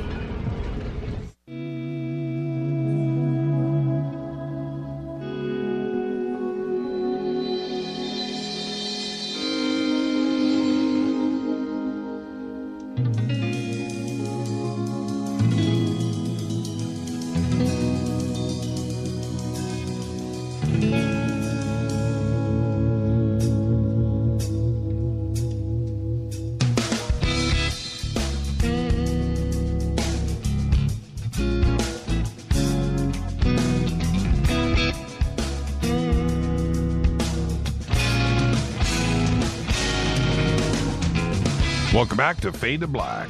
I'm your host, Jimmy Church. Tonight, very special guest Ann MacDonald is with us. Want to remind everybody, tomorrow night is going to be Open Lines Fader Night with John Rappaport. Thursday night is going to be a best of replay. We're going to be on the road out to Joshua Tree. And then Friday, we'll be broadcasting live from Contact in the Desert. Now, Karen, before we jump over to CERN, the whole vegan thing and all of it. But what about coffee? I don't have to give that up, do I? Geez, Tim and all the guys would be really helpful about that question. So that's what you just thought when you got back to us. Where's the coffee, man? Okay, where's good. my tea? Okay, we're on the same page then. I'm clear. Yeah.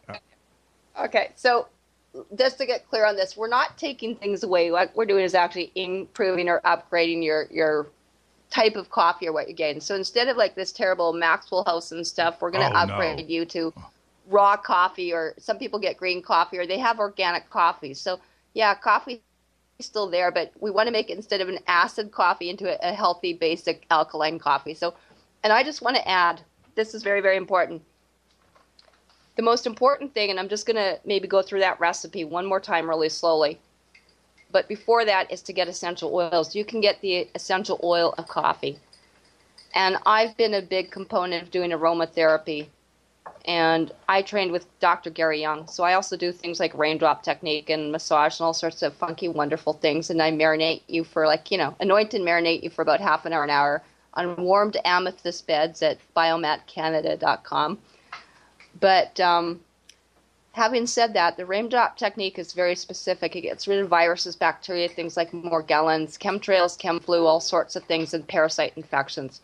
And we can put the same recipe also into an enema bag, I might add, and everyone should have one, because you may not have access to medical, and that way you can self-administer.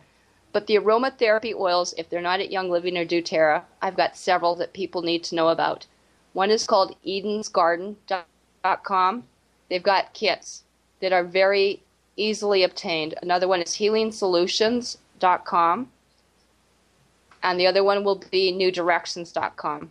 It's actually the essential oils that raise your vibration higher than the diseases that you're seeing exist with these kind of symptoms. They're in the 30, 40, 50, or 60 hertz.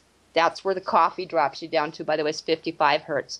So if we can read and start getting people alkalized and adding some different things, that's why a lot of our people go into reishi mushroom or chaga mushroom coffees, where they'll add it into their coffee to start making it alkalized, or putting raw cacao or raw maca powder into that. Up here, people have Bulk Barn or access to Bulk Barn. It's a bulk store that now has organic reds, greens, and all sorts of things like xylitol. Instead of putting white sugar, put some xylitol sugar in. Put something that's alkalizing into it. So you can still have your coffee. How's that? Yeah, I don't sugarize my coffee. I go straight. Yeah. But we are very, very picky about what we grind and what we brew. We don't just do anything. But yeah, organic, dark roasted. I don't do green. I won't go there, but I'm very, very picky about it. And, I don't do much anymore, Karen. I did everything when I was young. I got my yayas out. There's nothing I didn't do or do twice, right, for that matter. But I've got very few vices today.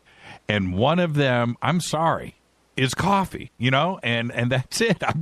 I'm going to go out drinking. I'm going to go out drinking coffee. I can't see giving that up.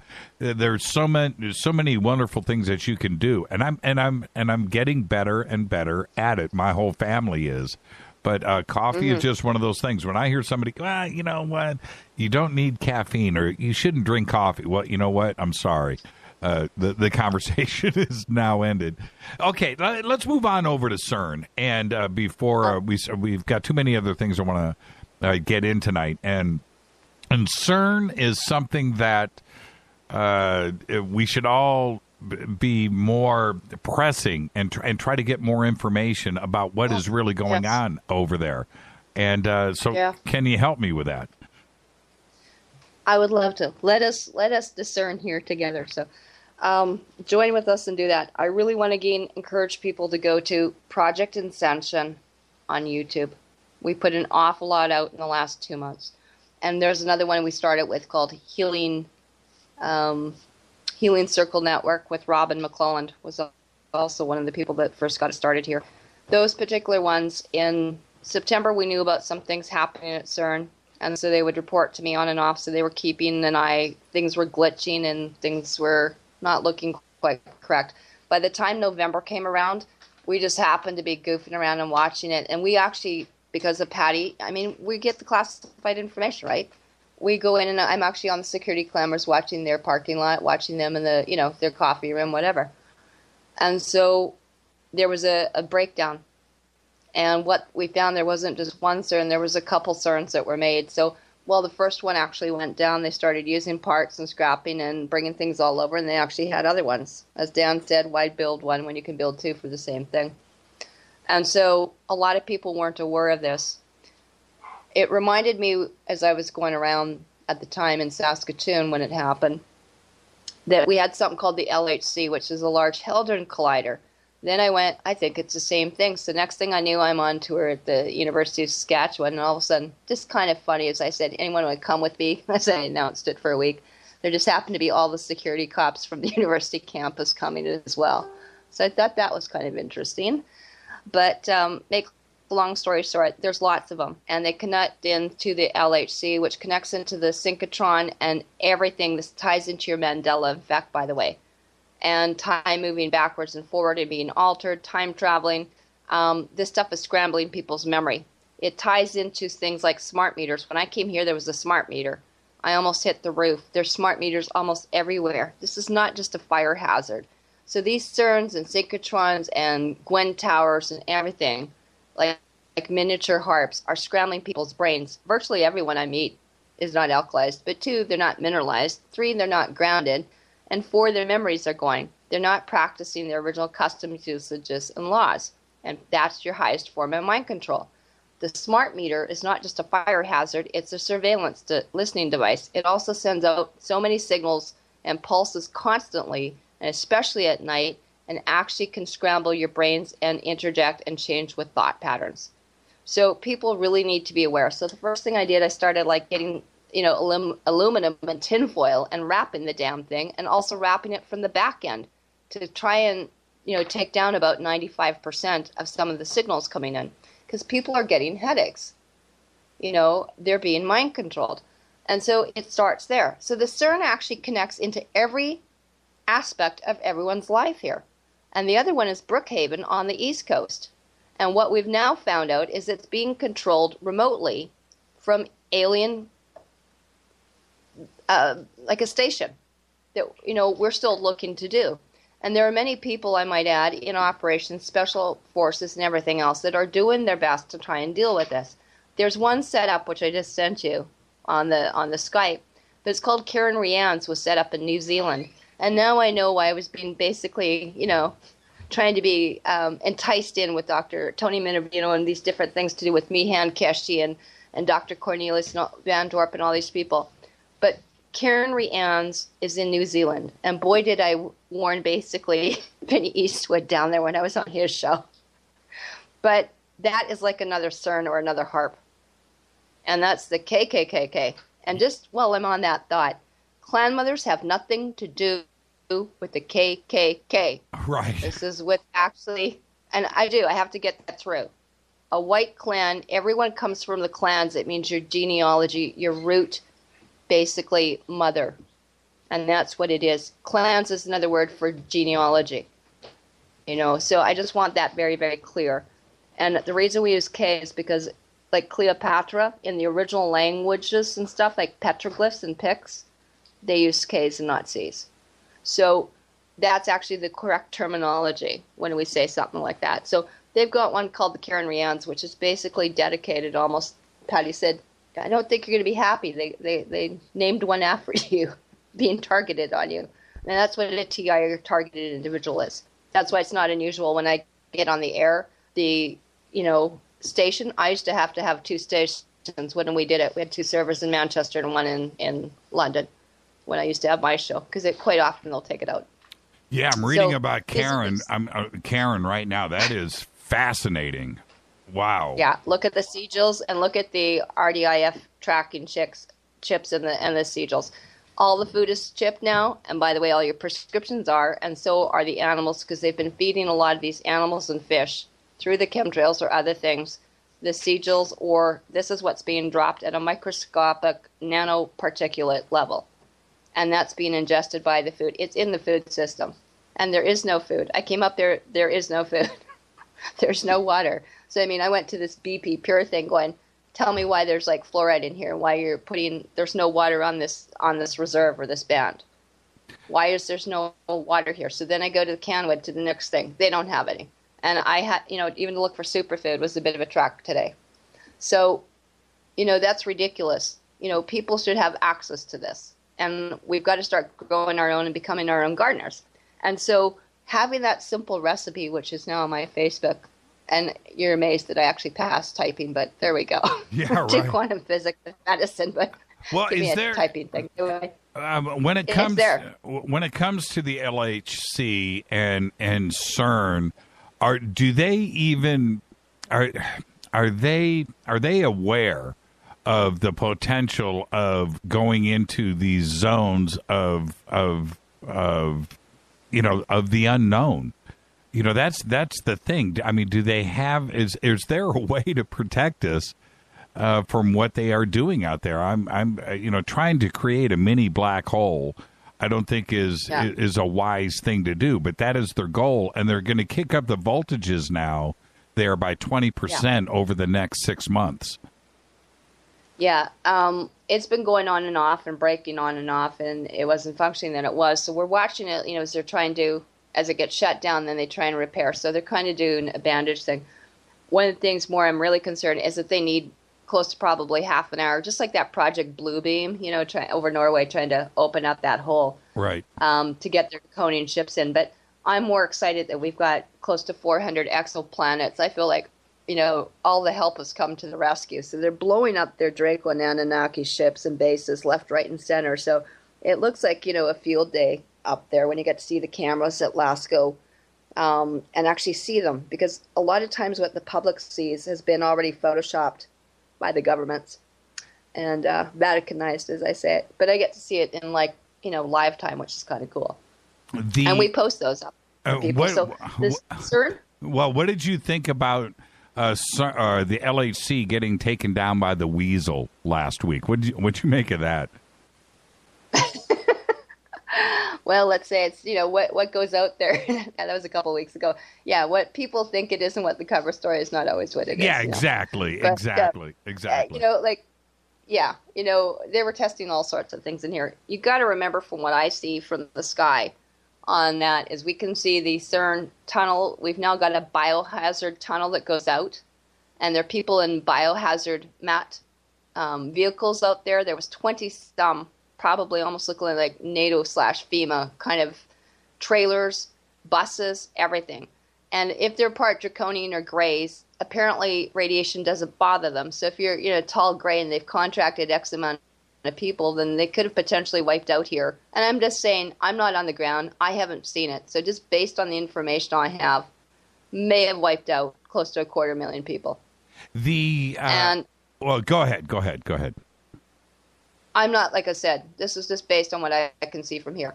And a lot of things were not running properly. I could see that from here. There's virtually was no traffic than there is. And again, I've been at an area, when I was in Silverton in New Denver, they actually locked down Slocan Lake for almost a week with a couple hundred RCMP/paramilitarized people. I've seen this in a town get locked down. No one moves.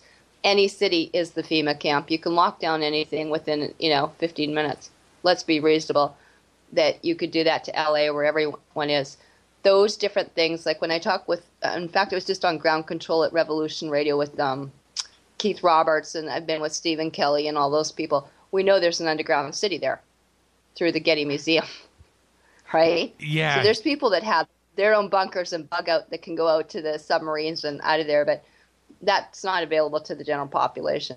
Well, I watched right now, I watched the Getty get built, like all of Los Angeles did, driving up and down the 405 freeway, for 15 years, watching that thing get built. And I just I always wondered. Now, I don't know. I've heard the reports. I don't know. I haven't, been in the tunneling system there and so forth. But I will say this. For a museum, it took a long time to build. I didn't think they were ever going to get it finished. And when I finally, when they opened it and I got up there, it's like, I don't, why did it take, 15 years to build this? I mean, it's nice. The marble's nice. It's gorgeous. It's got a great view, but it took 15 years to build it. So if there is something underground there, that the amount of time that they took to build the museum, which wasn't that big, it's not that big. It's much bigger now, but it just doesn't make sense unless they were doing something inside that hill. Have a really great talk with Stephen D. Kelly at Revolution Radio, and I think he's moved to People's Internet Radio now, but I think you'd get a whole great thing. He actually did a whole book on cities under the plains. And the plains and the cities there. And I know James Wright at Dial M for Masons got it too on his airway. So they were very involved in Terry Joyce and stuff at Freedom of Joyce on Revolution Radio. Mona Radler, they were all in on this too. And so we watched this development. It's kind of like Solomon's Seal, what they were trying to do. It's basically, it could be locked down and turned into a fortress. And that's why they were storing things underneath there. And so that's why you had some of the royalty come there. Now, the great news, I do want to add, it's like the mother always has a plan. Never fool and screw around with Klan Mothers and Mother Nature. Because what's happened is underneath your feet, which is even more and should be more alarming to the people in your area, is there's underground lava and magma that is being rolled out in alarming things. And this is actually what's causing detriment to the deep underground military bases. So they're scrambling like little rats under there. And they're relocating left, right, and center. In fact, different people were reporting east, west coast that they're seeing actually a lot of convoys and stuff like that. And I know around different areas they've been rolling out, barbed wire and stuff. So, once you get to be on my Facebook too, it gets kind of funky, probably just like your radio show. And so I do want to apologize for that too, because your information all went to my filtered. I don't know why. Otherwise, we would have been doing this earlier. But having said that, the CERN is connected to virtually every city.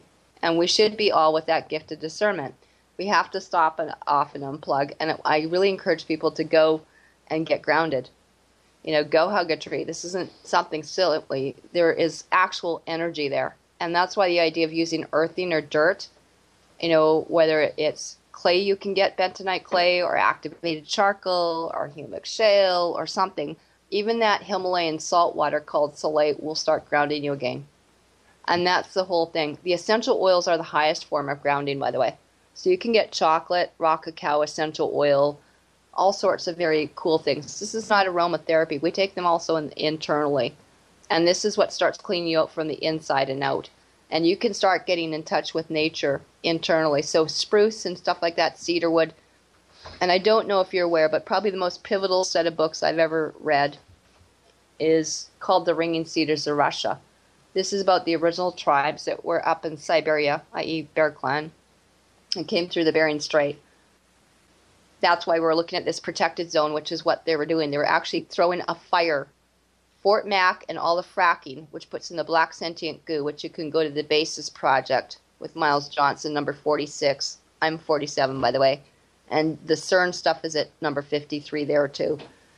But that's why they're running an entire band or width right through what you call Alberta, because that was the original Bear Clan, and that was the migration trail of safety for people in times of war or in times of floods or, i.e., the pole shift. And they're virtually taking all the tribal safe places away from the people. What do you think with all of this conversation tonight, and then we have not only this election year that's going on down here, as dreadful as it has been for us in the United States this last 6 months, It's been horrendous. But all of this talk about UFOs and aliens with our politicians, it seems almost contagious right now. And it's never really happened before, not like this. What do you think is going on? Well, what do I think? It's not what I think, it's what I know. You got to remember that these aren't government officials. These are people that are known to be reptilians and hybrids. This is Rh negative. And so most of them are cloned as well, too. And people that were here should not be voting to start with. The original governments were run by councils, and the women appointed their councils or dragons, whatever you want to say, like chiefs. But go back and actually study how actually that's supposed to be. And if we were going back to the whole foundation of the mothers in these motherlands here, you don't just come in and start colonizing them. And so one of the things, too, is these people are not our government. And so people need to actually almost deregister themselves and unplug from the system. And so this is a whole game that's been pre-set up for thousands of years, and that these people really don't have any weight or authority. So whether it's Trudeau up here or it's Trump or whatever, you don't even see me posting stuff like that on Facebook because it's just incorrect. It's illegal and unlawful. And people really need to come back to learning. And again, it says tribal laws, Meredith Quinn. And everyone comes off, I don't care if you're white or yellow or black. You come off one of the original tribes or nations or bloodlines. That simple. And we need to go back to finding out who we are rather than doing these. And again, democracy means demon. It's not about helping. These things are all pre-rigged anyway. And whether, you're talking like what President Eisenhower and stuff did, I mean, that's why you got Laura Magdalene Eisenhower. These people and what they do, like her mother, oh my gosh, these are the people that contracted the women away. And this is what we got to start looking back to. The men of the clans, this is not just a get your kilt on thing, but they used to, and that's why I'm encouraging everyone, go get your saliva, and for gosh sakes, go find out what your blood type is, minimum. And please don't donate to the put more debt notes and sell yourself off to these guys through selling your blood. But you can go get typed for free. And so I found out a lot of people, even in the red tribes, there's Rh negative. I went, how does that possibly happen? Because you have shapeshifters, and they've been cloning for thousands of years, and they've developed alien vaccines. As a neonatal intensive care nurse, it's called a ROGAM, R-H, GAM. And this stems to the Human Genome Project, which Patty cracked into as well. And we actually have everything identified, what they put into the vaccine program, including the chipping, and they made the cancer virus. They made all this. They've pre-programmed in and changed your entire life. And so people need to come back and get re-empowered. And one of it is to let go of the system and quit buying into the illusion or, being delusional that this is actually there for their assistance. Self-empowered people at peace do not need to have someone that, they've abdicated their rights to. These people have and they don't even belong to it. It's like a group. You don't belong to the draconian thing. You don't belong. Are you from Orion, or what's one of your star seeds, or Lyran or Vega? Where do the star seeds actually start from? Palladium? Find out what your original tracing bloodline is. And when you learn that, let's say on your father's side, there's basically 12 seed father. And who's your mother? That's your 13. How do we Who's know? Your mother? Yeah, right. And how do we know? The one thing I'm reticent about is having my DNA run, right? And going through Ancestry.com or one of those companies, because I am now not in control of that information.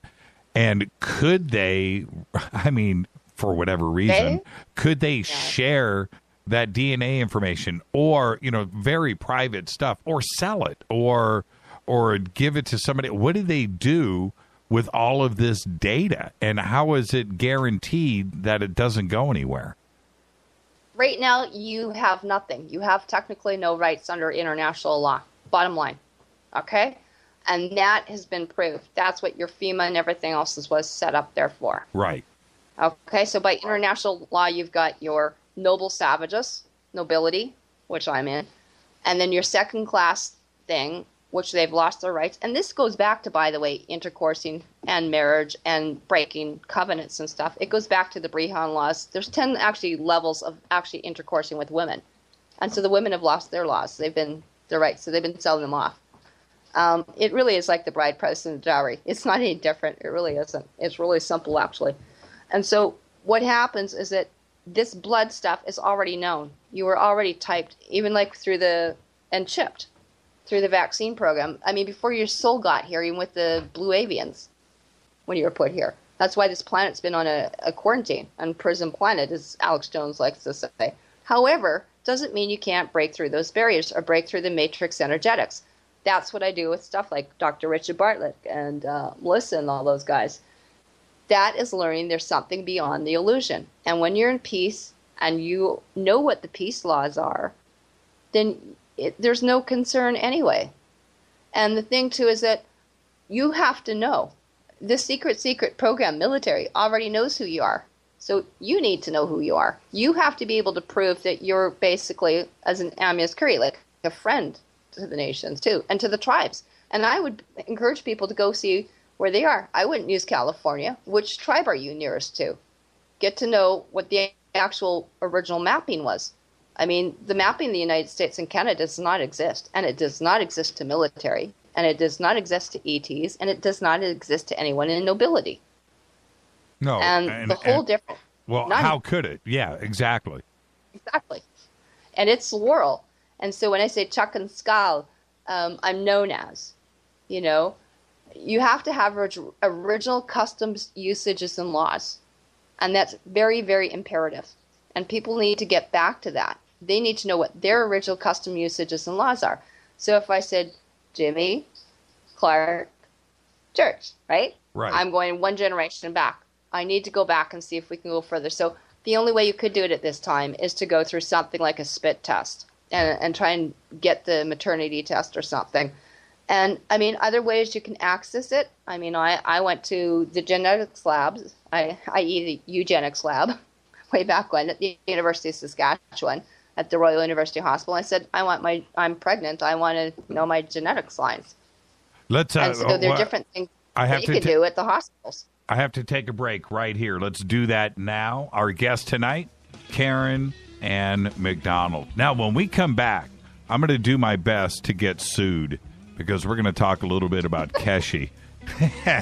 Oh, yeah. I'm going to get to expose that one, too. Let's do it. This is Fade to Black. We'll be right back.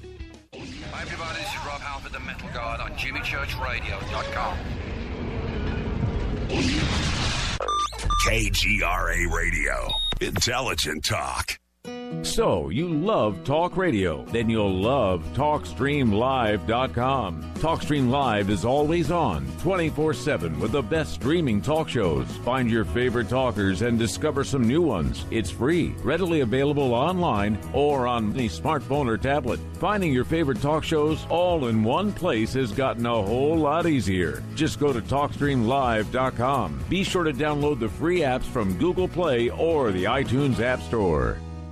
If your home has hard water and it's leaving white spots, then it's likely that limescale is clogging your pipes. Limescale can cost hundreds of dollars a year in wasted energy and early appliance breakdown. HydroCare systems available at Wave Home Solutions prevent and remove limescale with just a simple filter change every 3 years. There are no salts, chemicals, or magnetic coils. Satisfaction guaranteed. For more information, just go to bestwater123.com. That's bestwater123.com. Hi, I'm Richard Dolan. When I'm not hosting my radio program, The Richard Dolan Show on KGRA, or writing new books on UFOs, I run a publishing company. I'm proud to say that Richard Dolan Press has published some of the most fascinating books available on UFOs and related subjects. They include Dr. Bruce Maccabee's classic analysis of the UFO cover-up, David Marler's breakthrough book on triangular UFOs, Dr. Richard Sauter's unique work on underground bases, and other classics by Grant Cameron, Chase Kletsky, and Dr. Bob Wood, not to mention intriguing works by Eve Lorgan and Laurie MacDonald that deal with truly bizarre phenomena. I'm proud to publish such high-quality and original works, and there are several amazing books about to be released over the next few months. Go to richarddolanpress.com to learn more.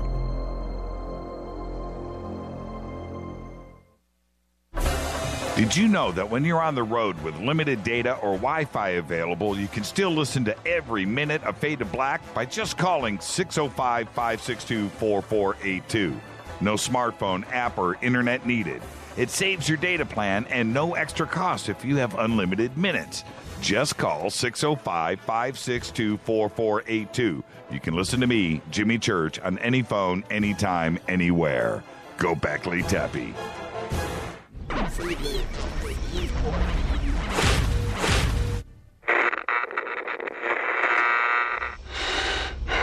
You want to know a secret? I love ponies.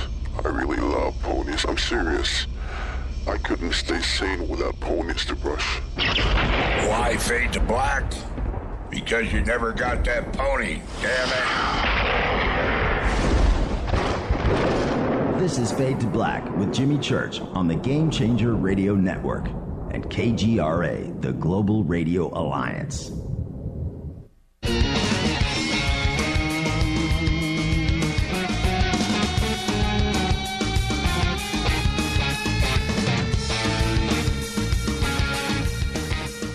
Welcome back to Fade to Black. Our guest tonight, Karen Ann MacDonald.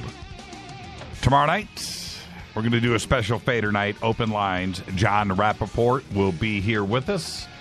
Got a lot to cover tomorrow night with John and taking your phone calls. And then, of course, Thursday night will be a best of replay. I need to remind everybody because it's like resetting your calendars. But then Friday night, we'll be broadcasting live from Contact in the Desert. Now, Karen, I want to swing things over to free energy and some of the stuff that is going on out there. And I really, I'm disturbed by a lot of it. And how do we know what to trust and what to believe?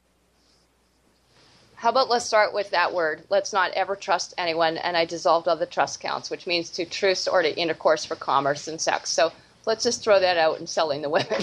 Okay. Okay. That's all what right. the trust we're about. So let's get that started first.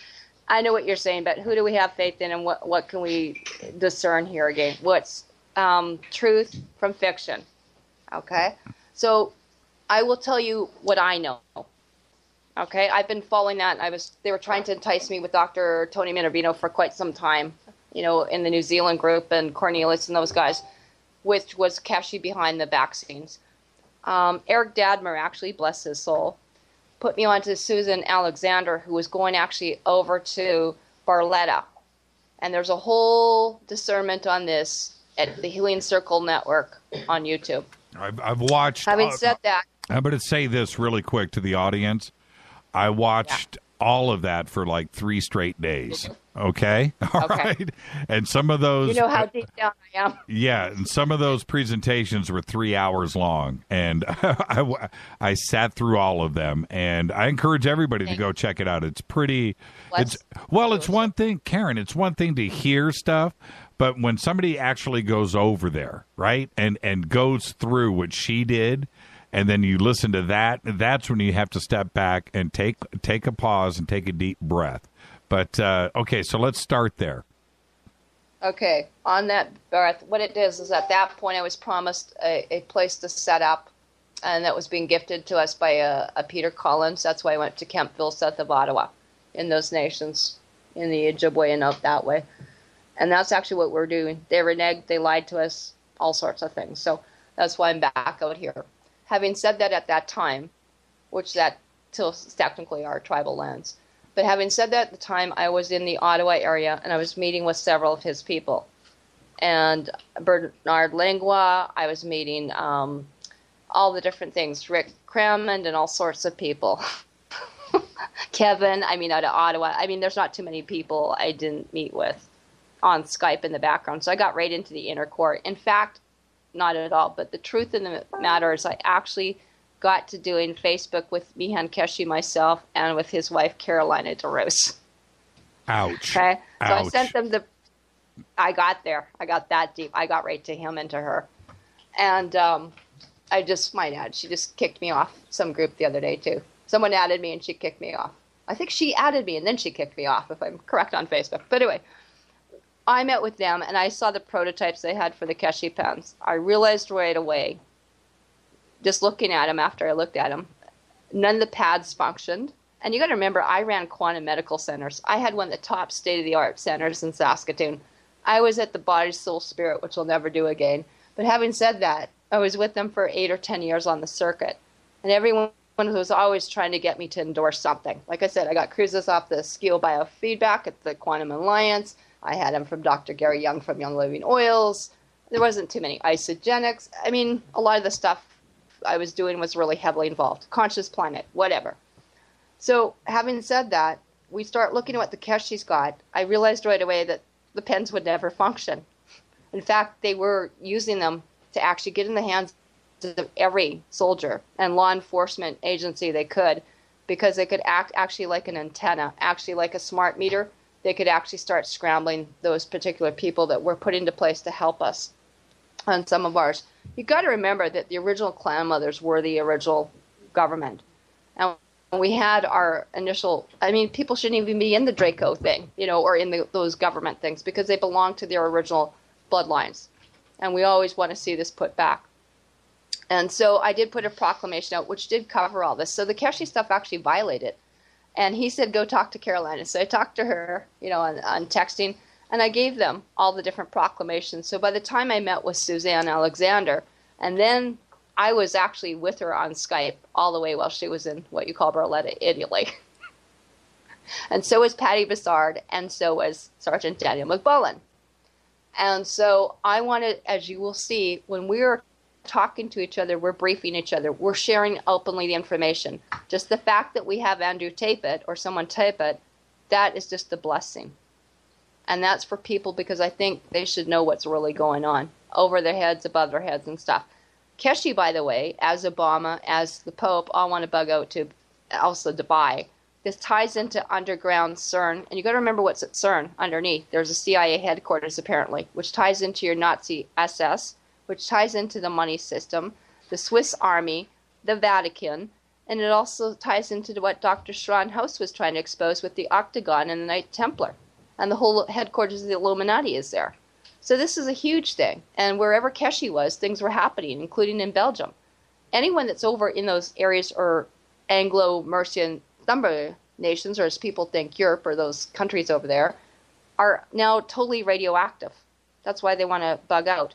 And when Suzanne was over there, what she discovered for us is that basically there was I think 8 or 9 apparently companies in basically an empty building that was basically, we could see from the top, it had solar and it looked like a CIA kind of operative headquarters, like a deep underground military base. And Suzanne was able to say that there were people going back and forth. It confirmed what I was doing when I met with these people in Ottawa. And they would not be honest. And, I mean, they showed me the prototype for their pad. It was an incontinent pad with the GANs or the plasma. It's toxic.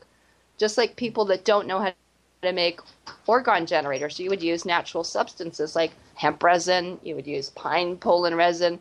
You need to get connected back to nature. It doesn't have anything to do with the toxic substances these people are making. And when you need to go through these gates or sacred sites and stuff like the Buzini Mountains and stuff like that that are garden, you would have to be so pure in heart. And these people like Keshi and stuff like that cannot do that. Your Muslims are the Martians. Things like that. These are not, people are not who they appear to be. Well, well, let me jump in really quick. What was most disturbing to me about Keshi is that, and it doesn't matter to me about talking about him because he can't. He can't take me to court because he would have to then prove that his system works, and he couldn't do that, so it would never go to court. But that being said, what he has been able to do is take advantage of so many people that are hoping that his technology is real. And now this has gone on, I don't know, for so long now, with one thing stringing it on to another. We're rebuilding our factory. We've just improved the system. We need to recalibrate. We need to redo it. Now we've got well, wait a minute. I thought you said 10 years ago that this was going to be distributed and there was going to be free energy throughout Africa. But now here we are, if you know what I mean. And yeah, I know. And it's just been one redesign, one thing, just invest a little more money, take another course. You need to be trained on the new technology. Well, wait a minute. I thought the old technology worked. And here we are today and I've sat through, Karen, I've sat through his presentations, right? The videos. And I've never, ever, not even once went, oh, I get it. I don't get it. It's because he talks in circles, but he is able to suck people in, and it's almost like a cult. I mean, I can't explain how he's been able to pull this off. And now apparently he's, worn out every country, and now he's wound up in Dubai. He's been chased out of Italy last, right? Exactly. I think that's what's really disheartening is that people have been sucked in. And so I looked at it and I actually got so far as to got the copper. So I actually did that. And I realized looking at Bernard's pen when it showed it to me, and you got to remember, I've actually been with his inner core people, right? They didn't have one thing. And again, I know that bills are wrong, and we could go back to Elizabeth and you don't have bills and stuff. You're supposed to be doing the law of peace. But what happens is that when you looked at this actual substance, it never was producible. They never had one that you could see, and basically that's what Barletta was showing to be. It was like an empty movie or like a movie set, basically, and people were literally buying into this. And it's not very funny because I think he should be arrested as soon as they can do it, because this ties into the mind control, to the PSYOPs, to the CERN, to the synchrotron. It's all interconnected. It's such a deep layered thing. Every time I turned around, I was finding something. I feel like the little guardian angel clan mother on, her soul journey or mission, unraveling this stuff. And so right now, all I could do is encourage people is actually to get back to nature and go hug a tree, go listen to some birds and get grounded right now and really get back to nature and get out of the rat race. What does Keshi do with all of this money? I mean, it's just raining down on him. Where's the money go? Well, there is no money to start with, but where they're actually funneling that's up for the investigation teams right now. And so one of the things, too, is that you got to remember, I've got lots of friends that have spent that 700, 800, 900 euro and gotten several of them and funded this. So by the time I think Suzanne did some of the things or someone did some number crunching, they were up to millions, basically, is what it would translate to. This wasn't just a little thing. This guy has basically, and again, how is he getting away with it? You got to remember, he's connected actually right into the Vatican and what they were doing. So anyway, that's actually what was happening on there. The different people that we have is that people need to come back into nature. And I was just talking with a great friend of mine as I'm hanging up here camping, right? And going back to nature and being with people that are the shaman, that are tribal shaman. And this is about sharing information. I kind of got the high-tech stuff, and we're kind of getting the low-tech thing and stuff. And you got to remember, white, red, whatever, I happen to know the original tribal laws. I'm the clan mother. I was handed that responsibility as well. And so in these different areas, Tim and his wonderful, wonderful Lorette, but Tim Peekagoot is actually on Facebook, I might add. And I did actually talk to him before, see if we could disclose this and if they were comfortable. But they're running what's called land-based training camps, okay? And camping is the KAM thing, like Chamatic language and alchemy, and Ann MacDonald and Kamloops. All that ties into this. And this is about going back and knowing who you are. These are people that actually have lived tribally and have kept it by oral tradition, whether you want to say secret or sacred, call it whatever we want. They knew about the Klan Mothers. And the actual teachers, some of them and mentors are up here. So I just actually met with one of the, supposedly chiefs of the Dakota, nations and stuff too. I'm meeting with all sorts of very interesting people up here. And the people are very, very ill. But it doesn't matter where I go to the city or I come here. It's not any different. But the difference between a band or reserve, which is a prisoner of war camp, by the way, called an inhabitant, that's actually legal law determination, is empowerment and getting things here like solar panels and stuff. But right now, everything's toxic. We need to relocate people into safer places. And if I were you, I'd relocate there, whether you got the bunker or not. I'd be saying, Jimmy, you want to come up here? That kind of thing. But yeah, we need to look at what we can. I would love to, but it would be hard to. I've got to stay in the center of the entertainment universe with the other stuff that we have going on down here. That's what. I hear you. Yeah, that's what Burbank is all about. What can we do? What can we do for you then, right now, or your listeners that are down there or anywhere other than where I am? I guess I always told David Wolf the safest place was going to be where I was, and I was correct. But one of those things is that we need to get people alkalized. That is the number one key. You get that spring water. I don't care what it takes. You go find out. Even here, I've spent 4 days talking to everyone I know that we're tramping literally out into the different areas here, off the road, into the bush, looking at skunk cabbage. What happened? A bunch of things. What happened to Susan Alexander? I mean, was she literally, after she came back from Italy, was she just harassed? I mean, how is she doing? Well, I've talked to Dirk Langmans and stuff like that has, actually, if you go to Facebook, they have a Keshi victims thing, by the way, and they set up an entire thing. I've been in contact with him, actually. One of the things I do have to point is a lot of the stuff that we were trying to educate Susan, she knew absolutely nothing. And even I'll just say her scientific background is up for query. She had a doctor into there, and I will just say they were making statements like, get your pH up to something that was outside the livable pH level, we'll just say. And they didn't know about PPAI, your predatory pandemic, and I'll add another one, pathogenous artificial intelligence and stuff like that, and how this was being done through the plasma. When I snapped actually the Keshi pen, it actually shut down all the computers because I can reverse do it as well. Your computers respond to the plasma, which ties into your blood, which ties into your plasma in your blood and your water. Everything comes down to the water. You need to know your blood types. You need to get on spring water. If you're not on spring water, you can actually be programmed through the Gwen towers and through the smart towers and through all these different satellite systems. That simple. So everyone needs to get through this time of cleansing and purification as they think detox. Suzanne and stuff like that, she was getting a few things, not that much. But, like I said, you've got to be able to stand in truth too. And like I said, I really haven't talked to her or done anything since, I made some corrections on a YouTube that, you need to be within a certain range just to get your pH at 7.36 to 4.6. So if you took 7.4 as the normal range, just get that up with a little bit of baking soda. It beats paying hundreds of dollars of supplements right now.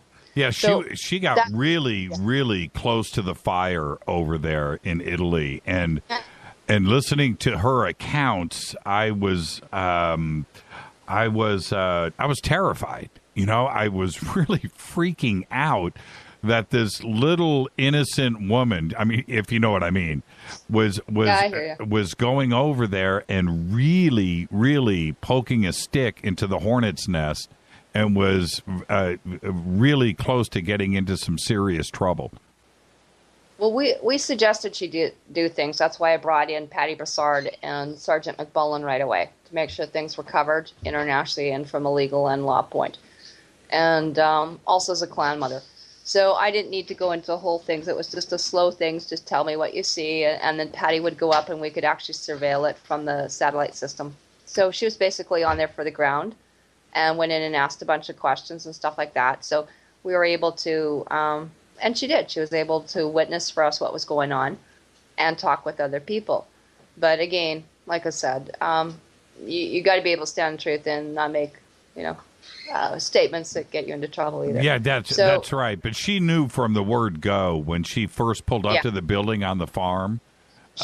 She knew right then, and you always have to go on your first instinct, right? Yeah. And she just knew from the word go. It just didn't feel right. And if it doesn't feel right, then it's probably not. Usually the simplest answer is the correct one.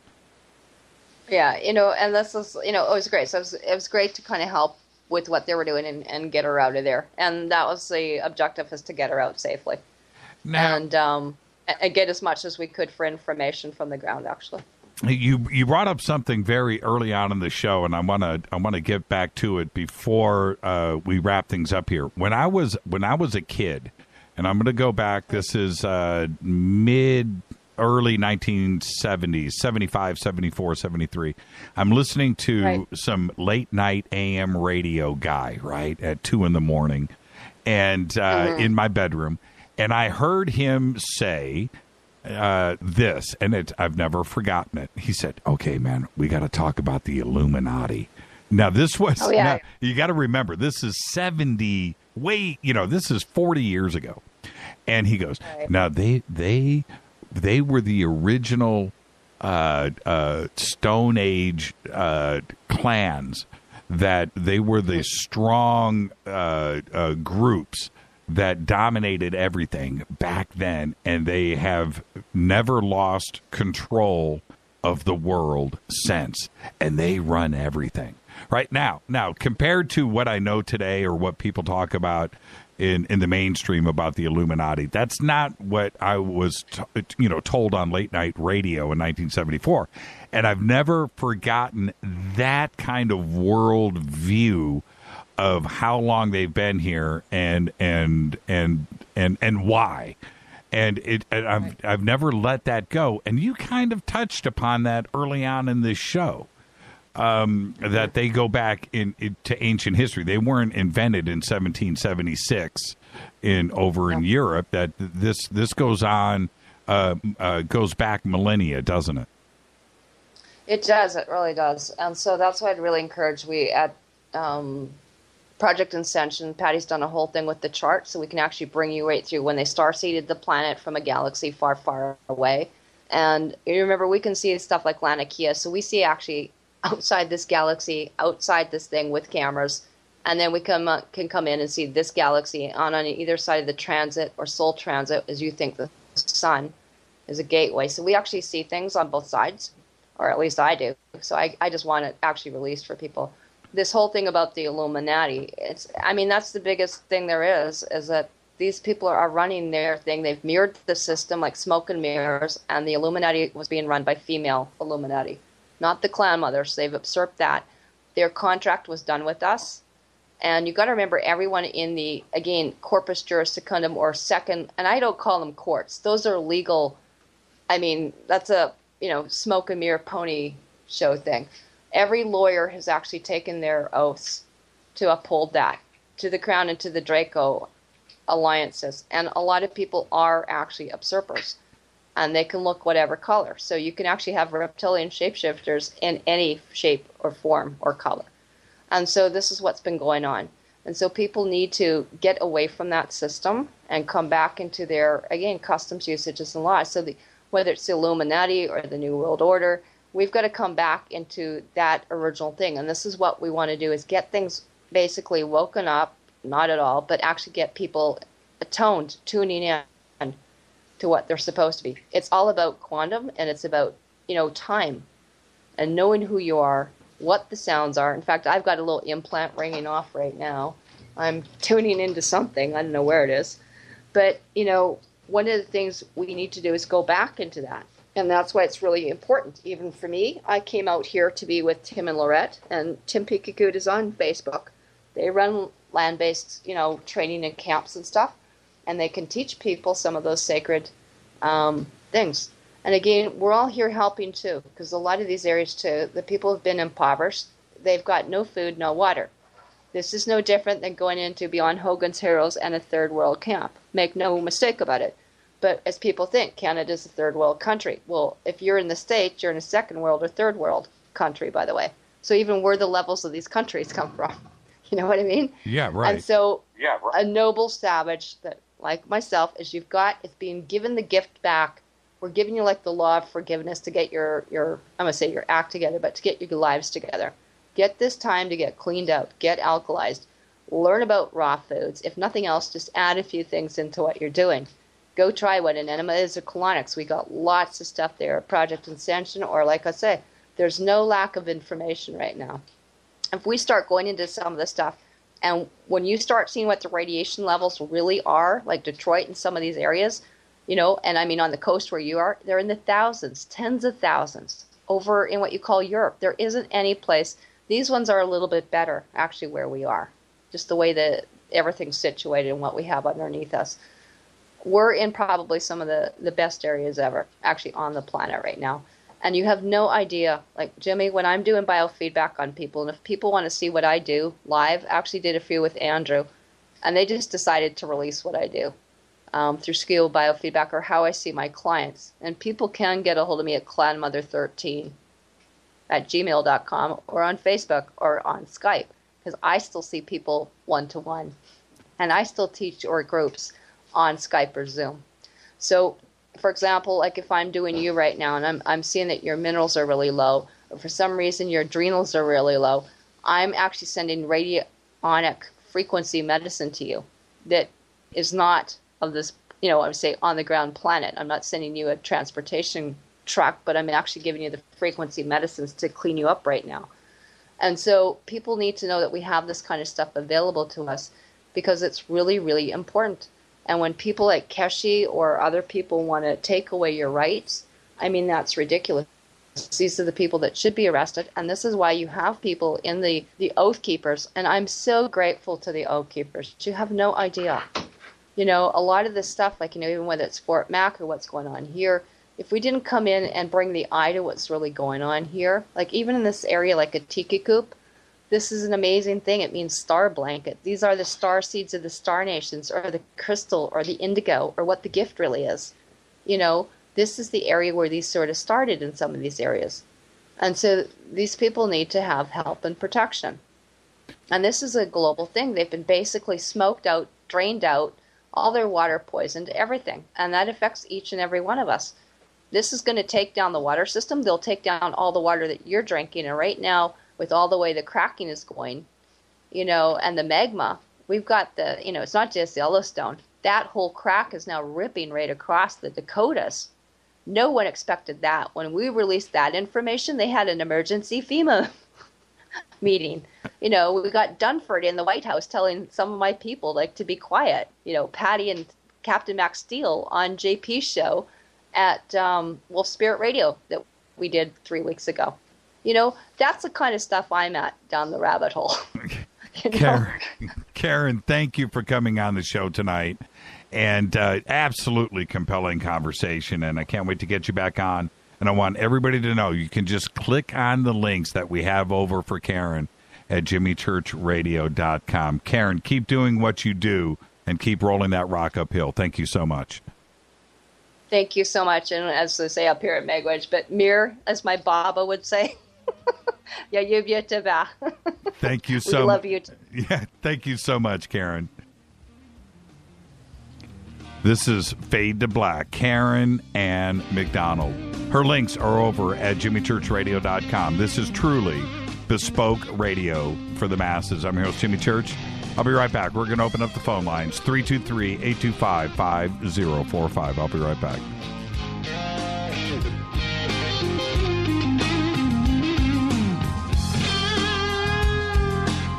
Hey, what up, y'all? Sugar Vivica Fox here, and you are listening to my boy, Jimmy Church, on jimmychurchradio.com. Despite popular opinion, reading a book will not make you smarter. But listening to Jimmy Church will. Hey, I'll make you a deal. Give me 60 seconds, and I'll give you directions to the Fountain of Youth. Okay, I'm joking. Well, kind of joking. No fountains, but youth, I got. Nature's Youth, and their premier anti-aging product, Nature's Youth RSF. With your sensible diet and exercise plan, Nature's Youth RSF can help you look and feel better. RSF is an all-natural amino acid supplement that supports your body to naturally increase HGH levels without any synthetic hormones. And elevated HGH levels can contribute to increased energy, improved libido, reduced body fat, and improved exercise capacity. Let's be honest, who doesn't want to look and feel younger? Visit the newly designed website at naturesyouth.com or call 800-333-6923. That's 800-333-6923, and like them on Facebook, and you'll be included in contest and exclusive offers. What a deal. Oh, speaking of deals, my time's about up. 800-333-6923 or naturesyouth.com. Who needs a fountain anyway? Call today. What's up, Fadernauts? Studio Dome loves Fade to Black and the F2B audience so much that they have put together the ultimate stereo Bluetooth system. They've done it just for you. Man, check this out. The Studio Dome SBB2 stereo system is here. It's featuring two Studio Boombox 2 SBB2 wireless Bluetooth speakers, packed in its own custom hardshell case. This Studio Dome system features the very latest in stereo Bluetooth technology. The two full-range boomboxes are in true wireless stereo. You've got to hear this. It's amazing. It's just $129, and use the promo code JCRTWS, and you'll also get free shipping. It's simple. Just go to jimmychurchradio.com, click on the Studio Dome banner. Go Beckley Teppy. Erica, Brittany, Gabby, and you're listening to JimmyChurchRadio.com. It's not a lifestyle we chose. We were born this way. KGRARadio.com.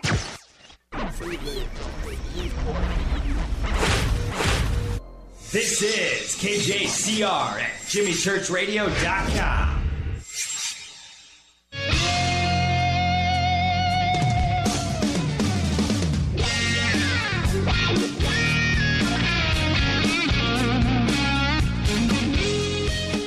Welcome back to Fade to Black. Opening up the phone lines, 323-825-5045. I want to thank Karen Ann MacDonald for watching some of these comments here on Twitter. Karen Ann MacDonald definitely covers all the bases, Jimmy. What the hell are we doing to this planet? Seriously. And, and those are the comments. Yeah, we've got to get her back. Yeah, thank you. Interesting. And the same thing over in the chat room. And yeah, I agree. Fascinating conversation. I knew it was going to be that great. And some of the stuff, we just need to on another show go a little bit deeper into for sure. And so anyway, 323-825-5045. And I wanted to. I did a post the other day. I'm trying to think where I did it first. But anyway, about the Mandela effect. And I want to start to explore this a little bit because I have been doing as much research as I can over the last couple of months about it. I've kind of held off because I have been tripping myself on it.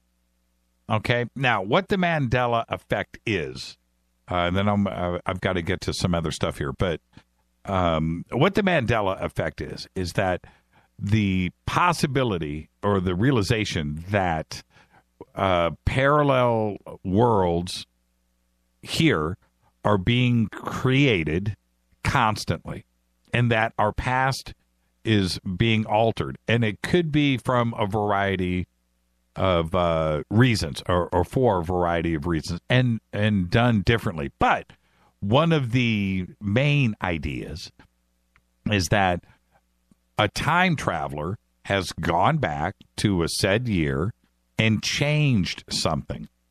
Okay? And the second that they do that, boom, another alternate world is created. And then here we are today, and with our memories of the past are different than the actual past. And it could be a lot of different things.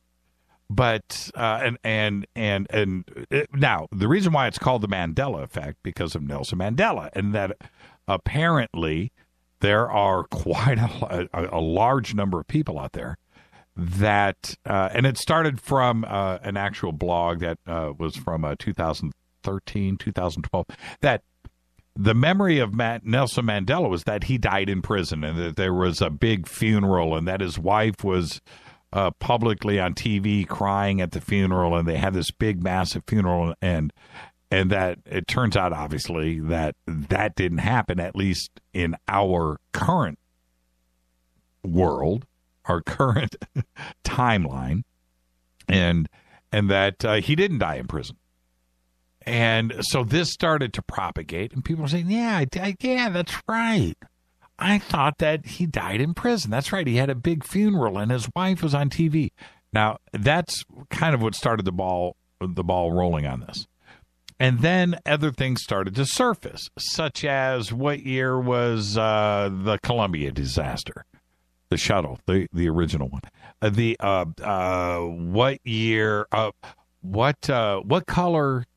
Oh, you know what? I wish I had somebody here. Oh, you know what? I'm just going to go to Dino, are you there? Yes. What color is chartreuse? It's a kind of a green. It is. Are you sure? No, I'm not colorblind, but I know that there are many hues to green. Okay. You don't think it's pink? My memory says that it's a green tone. Right. And most people, and so this is what I did today, right? I was at a car wash today, and I turned to a bunch of people at the car wash, and I said, okay, what color is chartreuse? Oh, it's purple. It's purple. It's pink. It's purple. One guy, older gentleman, goes, no, it's green.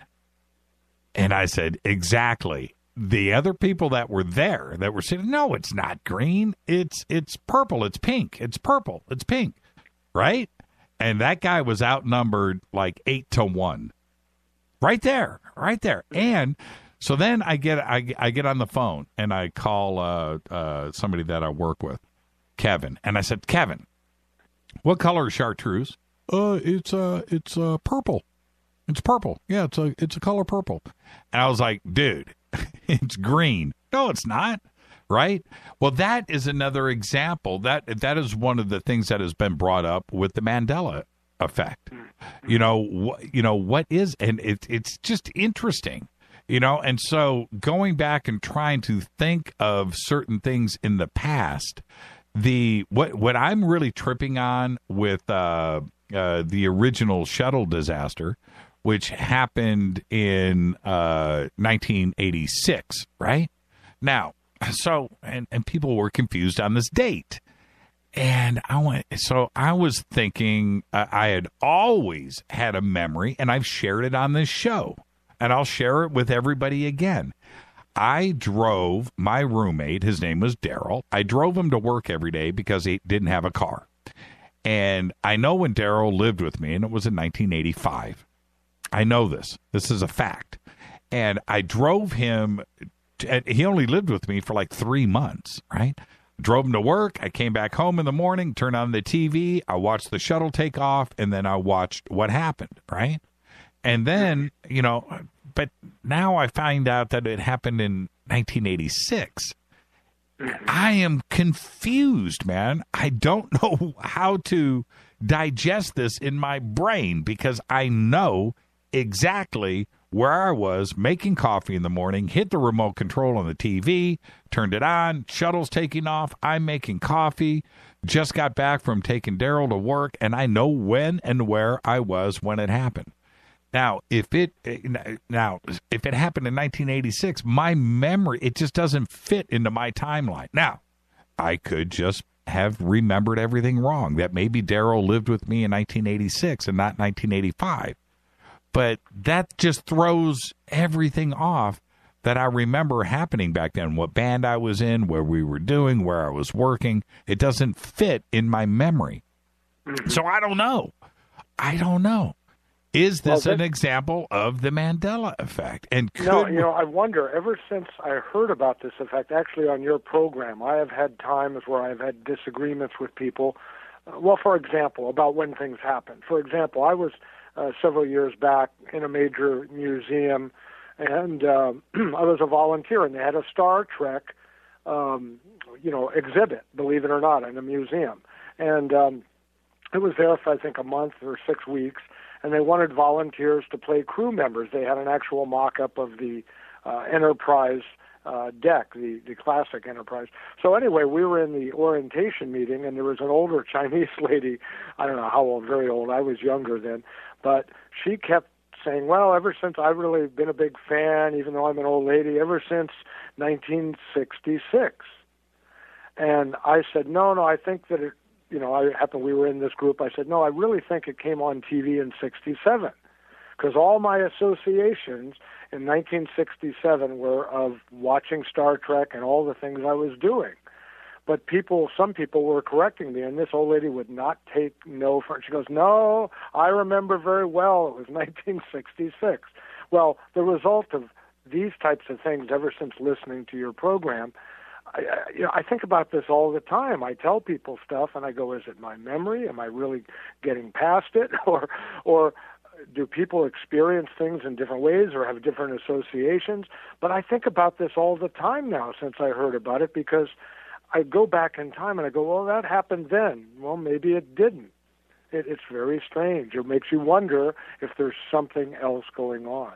Yeah, and then there was this whole thing that went down at one of the, it was a Star Trek convention or Comic-Con or one of those, about these people that were remembering, started with one person about a Star Trek episode, right? And it was very specific about, what they saw in the episode.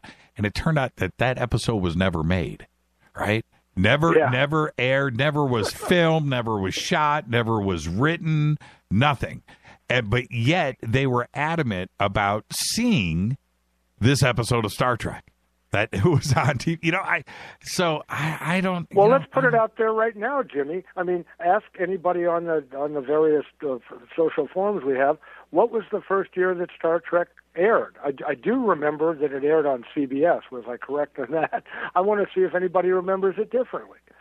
I remember it had been repeats. I remember watching Star Trek in Kalamazoo, Michigan, when my dad was going to Western Michigan University, and watching it then, and that was definitely 1970. Now it ran for 2 seasons. So was that some type of repeat? I don't know. I don't remember watching it in 68. And in 68, where were we? I think we were still over in Frankfurt, Germany. So I wouldn't have seen it over there.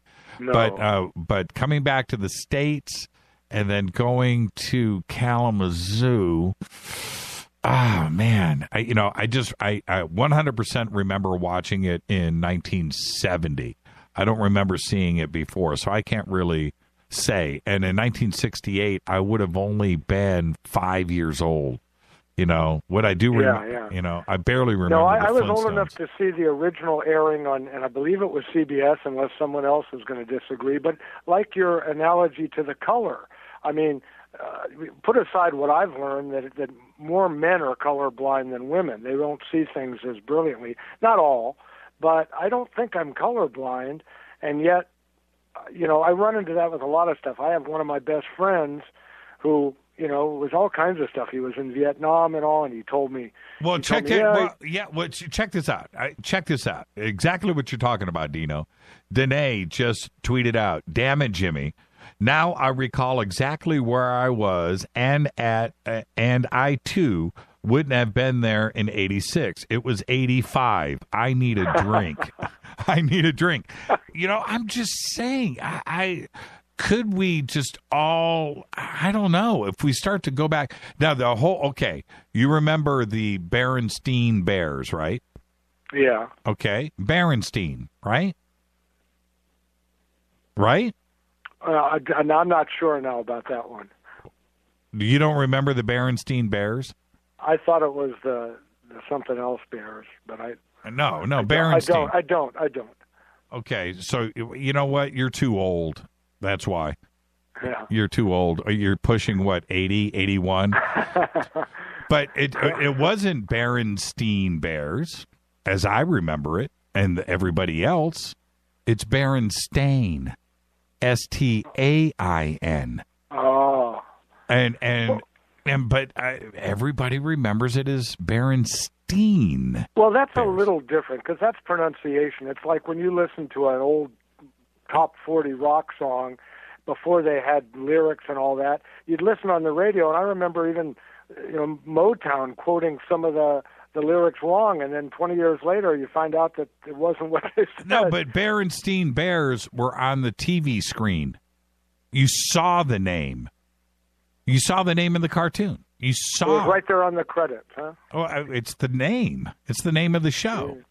Strange. So I'll throw that out into Twitter. See, Brandon in Phoenix said it's Steen. No, it's not, man. It's Stain. It's Stain. And so I'll throw that out into Twitter right now and over into the chat room. Who remembers it being Berenstein Bears? Stein. That's all. That's all I want to know. Who remembers Berenstein? Or do you actually remember it being Berenstain? It's bizarre. I cannot make sense out of any of this.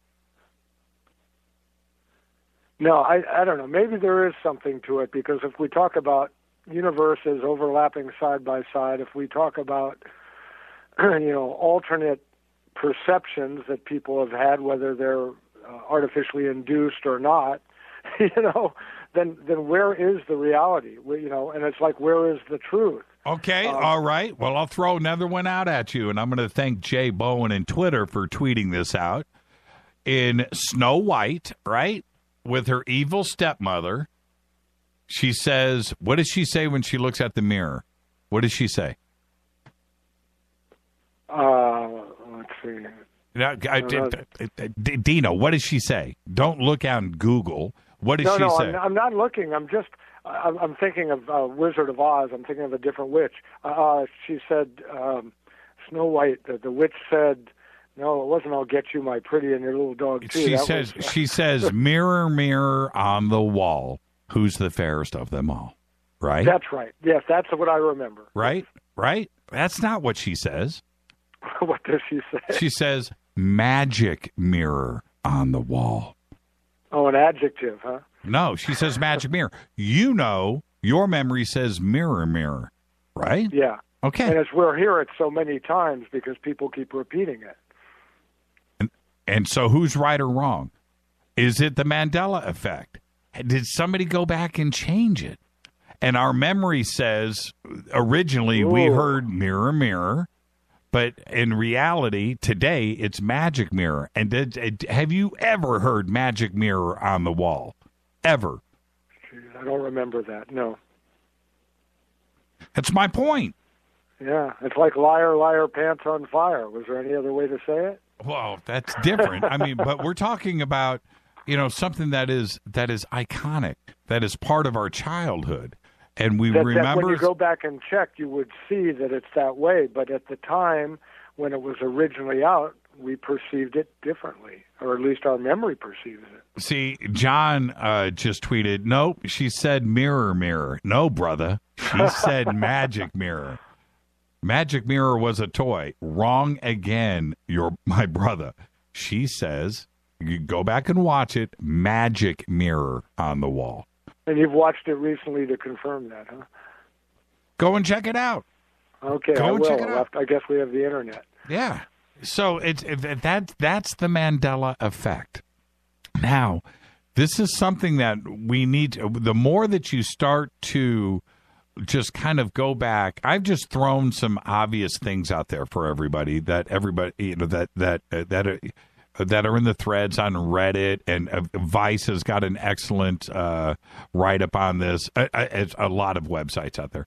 And just go and check it out and start to pick apart your own memory. Because, like I said, with the shuttle, I know exactly what my memory is. And that can't be distorted. I took Daryl to work. I came back. I was making coffee at 8 o'clock in the morning. Boom, shuttle disaster. And I know when and where I was and why I was there. And when I found out that, here we are, 20, 30 years later, that it was 1986. Now, look, man, I don't want people to think I'm crazy or that I'm sucking into this or that I'm jumping down this rabbit hole. I'm just saying my memory is different than what the facts are. That's all that I'm saying. And I can't figure it out, man. It's trippy. No, I think about that a lot, too, lately. It's just there's so much going on in the world, and the one thing we think we can rely on is, our past, because we make an association when something famous, like when Kennedy got shot. I know I could tell you exactly where I was and what happened afterward, because I was at a middle school, and we got taken down to the auditorium to watch it on a little black and white TV. There was something else that was posted, and I just saw a piece of it fly by in the chat room. I can't go back. Was it about Darth Vader? Yep. And so that whole Luke, I am your father, right? Yeah. It didn't happen. Well, I think that one, I think, even though I've said that many times, it's because you want to give people a reference. Luke, Star Wars. If you just go, I am your father, they don't get it. So as a result, everybody, Luke, I am your father, when they make a deep voice, and so that's become the reality. Well, but the point is, how many times, you dirty rat, right? Yeah. Never happened. It never happened. He never said it. It just didn't happen. We think that it happened, but it just didn't. And the whole, Luke. It didn't happen, man. It just plain and simply didn't happen. So it's weird how our collective memories are either easily distorted, through repetition over time, like the mirror, mirror on the wall thing, the Luke, I'm your father, or you dirty rat. What's the other quote that's from Gone with the Wind? Frankly, my dear, I don't give a damn. Yeah, it never happened. It's just like, wait a minute. Well, I mean, not the way that we quote it. Yeah, not the way we quote it. Yeah, it's bizarre, man. It's absolutely bizarre. I'm just glad that Scarface actually went down and say hello to my my little friends. That's an actual quote. I watched it. Well, the other Jimmy, day. if I might, this has been quite interesting. But this Karen Ann that's called in. I mean, you could put her up against Laura Eisenhower. There's just so much. I mean, I feel very screwed. I mean, if all she says is true, I'm half Scottish, but now I got to look at my mother's side of the family, which is the Italian side, and then I got a smart meter on my house. And, I thought I was doing pretty good where I live. And I mean, it's too much. It's a full-time thing. If all she says is true, it's a full-time thing, just staying alive. Yeah, I don't know. I don't know if I can take all of it.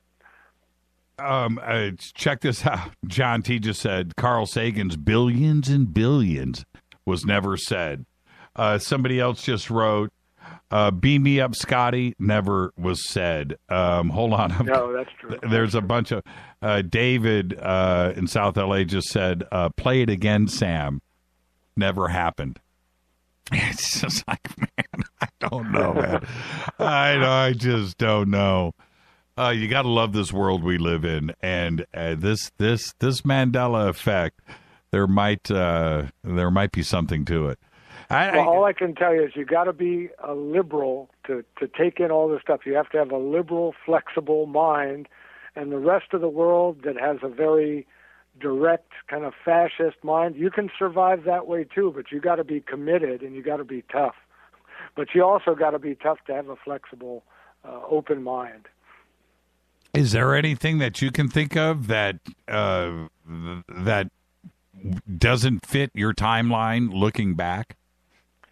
Well, yeah, I really think that a lot of the attitudes, I'm sorry to say, but a lot of the stuff that came up in the 60s, and some of it was revolutionary and some of it was maybe got thrown out, but it just amazes me how some of that philosophy and some of that feeling is kept in some places you go, and people hate you for it. You know, they totally misunderstand and misrepresent what was going down during the 60s. It was a very tumultuous time. It wasn't all peace and love, but there was an attempt to break out and to break the mold before there was a Fade to Black or a Art Bell, to say, look, something's happening here that's not exactly clear, and we don't like what's happening. And sometimes I feel like I'm not in the right timeline when I look at how people are today and how they chase the dollar and how everybody thinks politicians are going to solve everything. You know, it's just scary. Well, there you go, Dino. Thank you for the phone call, man, and don't get affected by the Mandela effect. You know, I think about it every day now. It's on my mind. I got to open up. I'll talk to you. Thank you, Dino. Have a good night. Sleep well. Yeah, thank you so much. Yeah, the Mandela effect is trippy. Man, I'm just telling you, the memory that is played over and over again when it comes to watching the shuttle that day, and when and how and where and meet. I remember telling people that week, yeah, man, I just got home. I just took Daryl to work, and I turned on the TV and I saw it, and the country was so affected by it, like we all were, and so that memory is there. It can't be changed for me. And, man, to find out it was 1986, it just throws off my timeline. It just throws it off by 6 months to a year. Wow. It just makes you wonder really what's going on. And the possibility not only of multiple timelines and parallel worlds and universes, and that we're getting closer and closer to proving that all of that is real, right? And then this kind of stuff steps up. It just makes you wonder. It really does. I want to thank Karen Ann MacDonald. Fascinating conversation tonight. Amazing. Fade to Black's executive producer is Rita Kamarian. Show is produced by Hilton J. Paul, Mark D. Kovar, LJ3, Renee, Mark Dunbar. Thank you, Jonas. Thank you, Dennis. Thank you, Bob. Announcers are Steve Harder, Gene Vito, and Mark D. Kovar. Fady by Dale. Webmaster is Drew the Geek. Music, Doug Aldrich. Intro, Spaceboy, spaceboymusic.com. Fade to Black is produced by KJCR for the Game Changer Network. Syndication is KGRA The Planet. Oh, man, what a show tonight. This broadcast is owned and copyrighted 2016 by Fade to Black and the Game Changer Network. Cannot be rebroadcast, downloaded, copied, or used anywhere in the known universe without written permission from Fade to Black or the Game Changer Network. I want to remind everybody, tomorrow night is Fader Night, open lines. John Rappaport will be here with his No More Fake Newsroom. I'm your host, Jimmy Church. I want everybody to be safe. You can follow us on Twitter right now at JChurchRadio. Go Beckley Tepe.